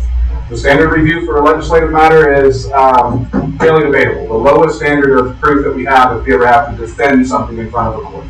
And that just means that two reasonable people could disagree whether that ordinance was a good idea or a bad idea. As long as you can show two reasonable people would disagree, we win. 9 times out of 10 times probably. The outdoor entertainment permit, though, was quasi-judicial. You're not making law like you are with the legislative act of the ordinance, you're applying the law. And when you're sitting in that quasi-judicial, applying the law capacity, you are like a judge. Literally, that's what that term quasi-judicial means, like a judge. And so just like a judge can't call, if I'm an advocate, advocating in front of that judge on a case, the judge cannot call me up ahead of time and say, hey, I just want to have a conversation with you off the record about what you're going to tell me on the record. And we don't do that. And it's a similar rule with quasi-judicial matters. There is under the state law, and we've adopted it here in Flagler Beach, a savings provision that doesn't make ex parte communications, that's what they're called. They're conversations that occur outside of the other parties to that action, to that case. That doesn't make that fatal if they occur. We still ask that we avoid them as much as possible, but if you have one, so let's say it was the outdoor entertainment from last meeting, that was the item. Let's say that's what it was. I don't know if that's what it was, but you wanted to talk to Jane about it, and Jane says, no, I can't talk to you. That's why she's going to say, no, I can't talk to you, because I don't want to have that ex parte communication. Because if she had that ex parte communication, again, this is all theoretical, I don't know if that's what it was or not, I'm choosing it as the example. If she has that ex parte communication, Jane knows that she's going to come to that commission meeting and she's going to disclose that ex parte communication. She's going to say that Brenda spoke to me about this, and this is the general basis, this is the general gist of what she said. And the reason for disclosing that ex parte communication is now that we're back in the process and all the parties are here, that gives the applicant who didn't get to hear what you told Jane the opportunity to hear what Jane was told and rebut if there's something that needs to be rebutted. Because when you're sitting as a quasi-judicial capacity, you are citing facts. You're not passing law, you're not saying what do I think is best. You're like a judge saying who has the better facts, who has the better testimony, who do the facts better support. And our standard of review when we defend a quasi-judicial action on the lawyer side is competent substantial evidence. And I won't go into great detail because it's not a very clear phrase, so I'll just say it in as close to lay terms as I can. Basically, evidence that would cause a person of reasonable intelligence to say, this is important. Not necessarily that anybody else would agree that this is the result that flows from that evidence, just that reasonable person says, this evidence can be interpreted the way that I've interpreted it, and if it's interpreted that way, it makes this it leads to this result. So you can very easily have a quasi-judicial hearing where you might look to me, and those of you who've been on a while, probably all of you now, see me, I can't answer that question for you. That's your role, not mine. I can tell you what the standard is. I can't tell you if it meets the standard because I'd be doing my job poorly if I stepped into your shoes to do that. But you could very well end up in a situation where one side is going to win at the end of the quasi-judicial hearing, one side is going to lose, and I might be looking at it from the lawyer's perspective as both sides presenting competent substantial evidence. It doesn't matter which way this vote turns out, I can defend the result. And actually, those are the best case for me, I can defend either result because of the record that was made. Okay, so that was not what I was thinking. Let's say the community that came before us on CBS. Okay. And that because I have been in this business of this, and I'm understanding that there is an engineer answering questions who hasn't gone beyond the plan to ever understand the quality of life or how that place is going to live. And I have concerns about how that's the long-term ramification of our city, our police department, quality of life, the safety of the people, the kids, et cetera. Is that quasi-judicial, or is that something that I can It's an ex parte. It is a quasi-judicial matter, yes. And again, there's not a strict prohibition, but just as you're hearing from me tonight, the commissioners have heard at various points in time, avoid ex parte whenever you can. The advice I would give to you, and regardless of membership on a par board, but the same advice to any member of the community. If it's that kind of item, come to the meeting and make those comments on the record, because then everybody benefits from them. The applicant is here, the applicant can hear them, the applicant can say, we disagree with what Ms. Witherspoon said because, and doing it in process is a much more effective way than having, in that type of issue, having the ex parte communication. Again, if it were an ordinance, completely different thing, because now you're in the legislative realm. But if it's that we're checking the boxes and deciding whether we're deciding yes or no, does somebody get a permit, does somebody get a development approval, those kind of things, the city is best served when those conversations occur during that publicly noticed meeting. Okay, which I never did because I thought it would be breaking the sunshine law. And there are things that. So your instincts were good, it was just the wrong law. It was, yeah, because we have things coming before us that the city has never seen, not the planner, not anything, and I don't know, maybe I take them a little bit too serious, but history tells me that things need to be spoken of. So don't go to Jane. Come to the podium. Yes, Thank you. And so, but you gave me another perfect segue. You're just giving me the perfect segues tonight. And this is one where I do, this is a sincere brag about you guys, because this is one where I really have to hammer home with other boards, and it is on this topic of how we're handling ex parte communications. And planning boards are a unique creature under statute, because the statutes on one hand tell us, we should have this diverse makeup of professional backgrounds, which makes sense. And in Flagler Beach, we actually have that. A lot of cities, they don't have applicants with those backgrounds. We're lucky to have all those backgrounds represented up here. So each of you are coming to these matters with your own experience, with your own knowledge, with, again, your own professional background that gives you special insight into these applications. And it makes this process, it's what makes planning boards so effective in all the jurisdictions that they get to be active. But at the same time, we have these limitations of, but you can't have ex parte communication. You can't, if it's quasi-judicial, you don't need to be listening to those neighbors unless they're coming to the podium with evidence, not opinion, and site visits. Judges typically don't go out and do site visits. I'm not discouraging any of you from doing it, because you all do it exactly the right way, just like you did tonight. And Marshall, you did the same. Actually, I think almost everybody who's been here a while has at some point or another leaned into the microphone and said, I visited the property and this is what I saw. Now, if any of you were to say, just say I visited the property, and you may notice me leaning forward as soon as I hear those words, because I would ask you, and would you let us know what you saw? I've never had to do it, because you all already do it, because you're covering that base. When you say, I visited the property and this is what I saw, if the applicant hears that, says, I think you were looking at the wrong property, or whatever it is they might say to rebut, they have that opportunity. They now have the knowledge of, all right, this person saw something. I don't know how or why they saw that, so let me address that in my presentation. Just one more thing, I'm sorry. No, sorry. It's very important to me. So, going back to CDF, so I visited the management of the villas for the retirement community. That's cool, right? I didn't go in there and say, hey, I'm going to go to Farboard. I just said, hey. Either way, you can do either, as long as you're coming here and saying, I went and saw the property, this is what I saw.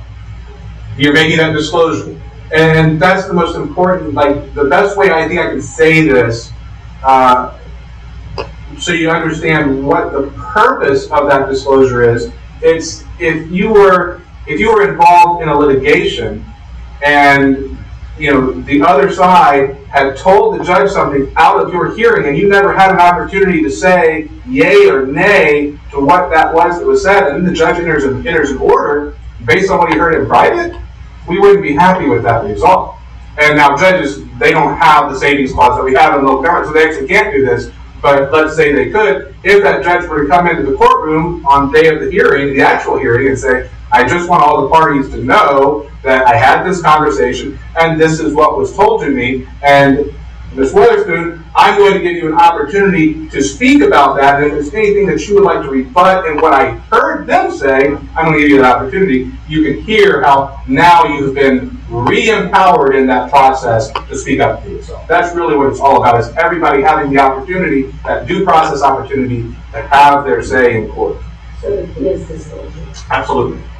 minimize the ex parte communications. Again, I'm not gonna tell you not to go out and visit sites in a city like Flagler Beach. You can't help it. You're gonna drive by all these properties, just driving from one end of town to the other. But don't go out into the community and solicit opinions. That's problematic, and especially in quasi-judicial, because you heard me just briefly mention, you heard me talk about circumstantial evidence, but where boards can get flustered, not even confused, because most of the planning boards most of them are really good, and they've been doing it for a long time, and they know this role, that you can have an audience full of people that are against something. But if that something is checked every box in our code that says this is permitted, it doesn't matter that everybody in the room is against it. You can't listen to that room. You can only look and see that all the boxes are checked. All the boxes are checked on a quasi-judicial matter, it gets approved, even when that makes people unhappy. So Drew, an example is when we had the mixed-use project come before us on South Second or North Second, and when the architect called me and the project manager called me, and I disclosed that before we had any conversation. So that's, and then, I don't know if I explained much about anything, they just asked me a couple questions. So that is doing the right thing, so that they know. Yeah, and it's an easy one to err on the side of caution. And again, if you're minimizing those conversations, you don't have too much to disclose. That's why I say don't go out and solicit. Try to. I'm using Jade as an example here because I know she does this. She uses that. She avoids ex parte communications whenever she can.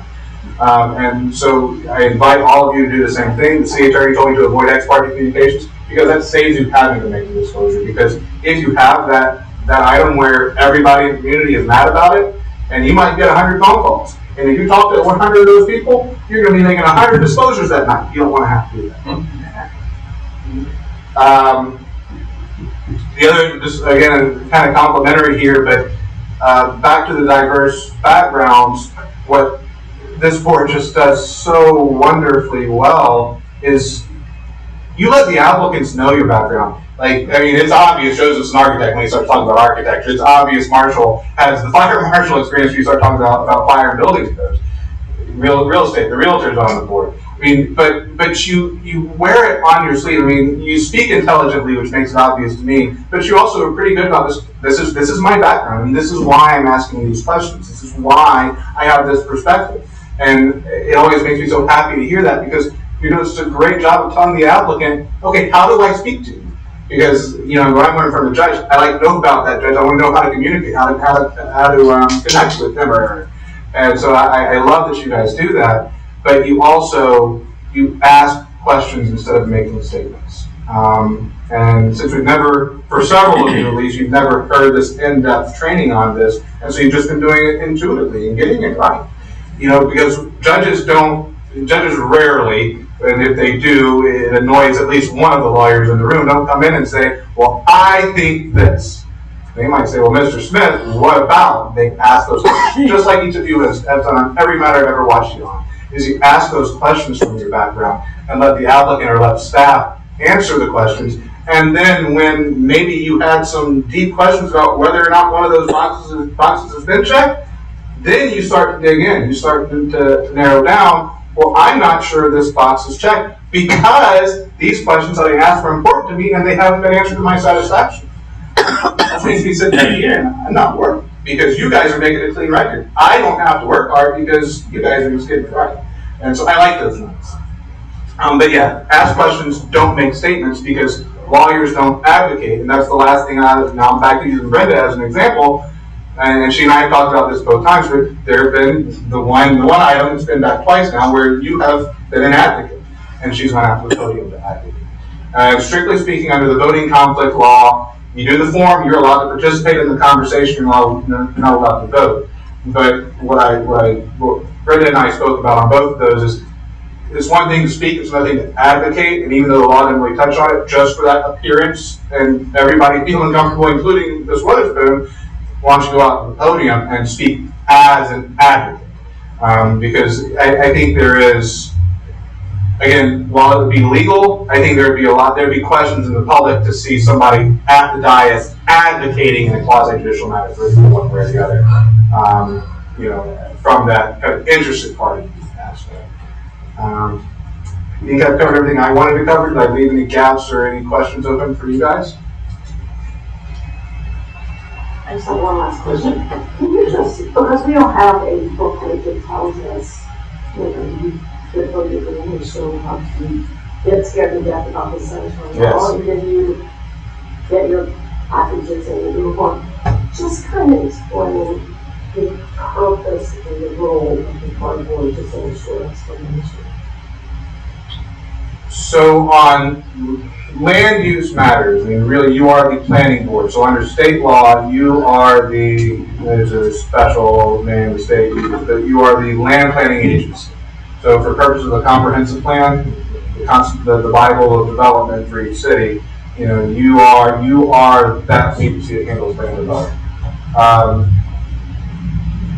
Within that framework in Flagler Beach, there's various jurisdictions why I think they're within Flagler Beach, because in some jurisdictions, the planning board has final say on some matters. Not always, ordinances always end up going before the elected body, but things like variance applications, outdoor entertainment permits, things like that. In some places, the planning board has the final say. In Flagler Beach, in everything you do, you always have that layer of professional authority. There's not any items in Flagler Beach that you're not serving as a recommending capacity.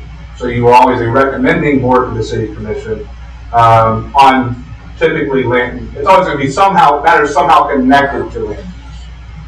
Does that answer the question? Yes, thank you. Drew, so we're up here on the board and we make a recommendation on an issue, the development, whatever it is. And if one of us feels really, really strongly and we want to go before the commission, we can sit as a public and get up and voice our opinion then. Always. There's nothing about you serving on this board that takes away your right to speak as a member of public. The recommendation I would give is if you are speaking as an individual versus speaking as a planning board member or a park board member, just lead into your statements with that. I'm here in an individual capacity, not as a member of the planning board, just so that they're clear that, you know, the planning board didn't send me to speak about this tonight. I'm here on my own personal comments. So the packages that come before us, that's probably good. Yes, and plans and all of that, so someone can speak detail at the podium. Oh, absolutely. Okay, great. Other questions? That's it for me then. Cool. Thank you, guys. All right, board comments. Any board comments? I'll move to adjourn. I always have a board comment, like 2 days ago, I said, when I get to the board, I'm gonna ask a question, now I didn't write it down. So I guess we'll have to wait for that. Anyway, motion to adjourn. Me. Second. All in favor? Aye. Thank you, Drew. Thank you guys.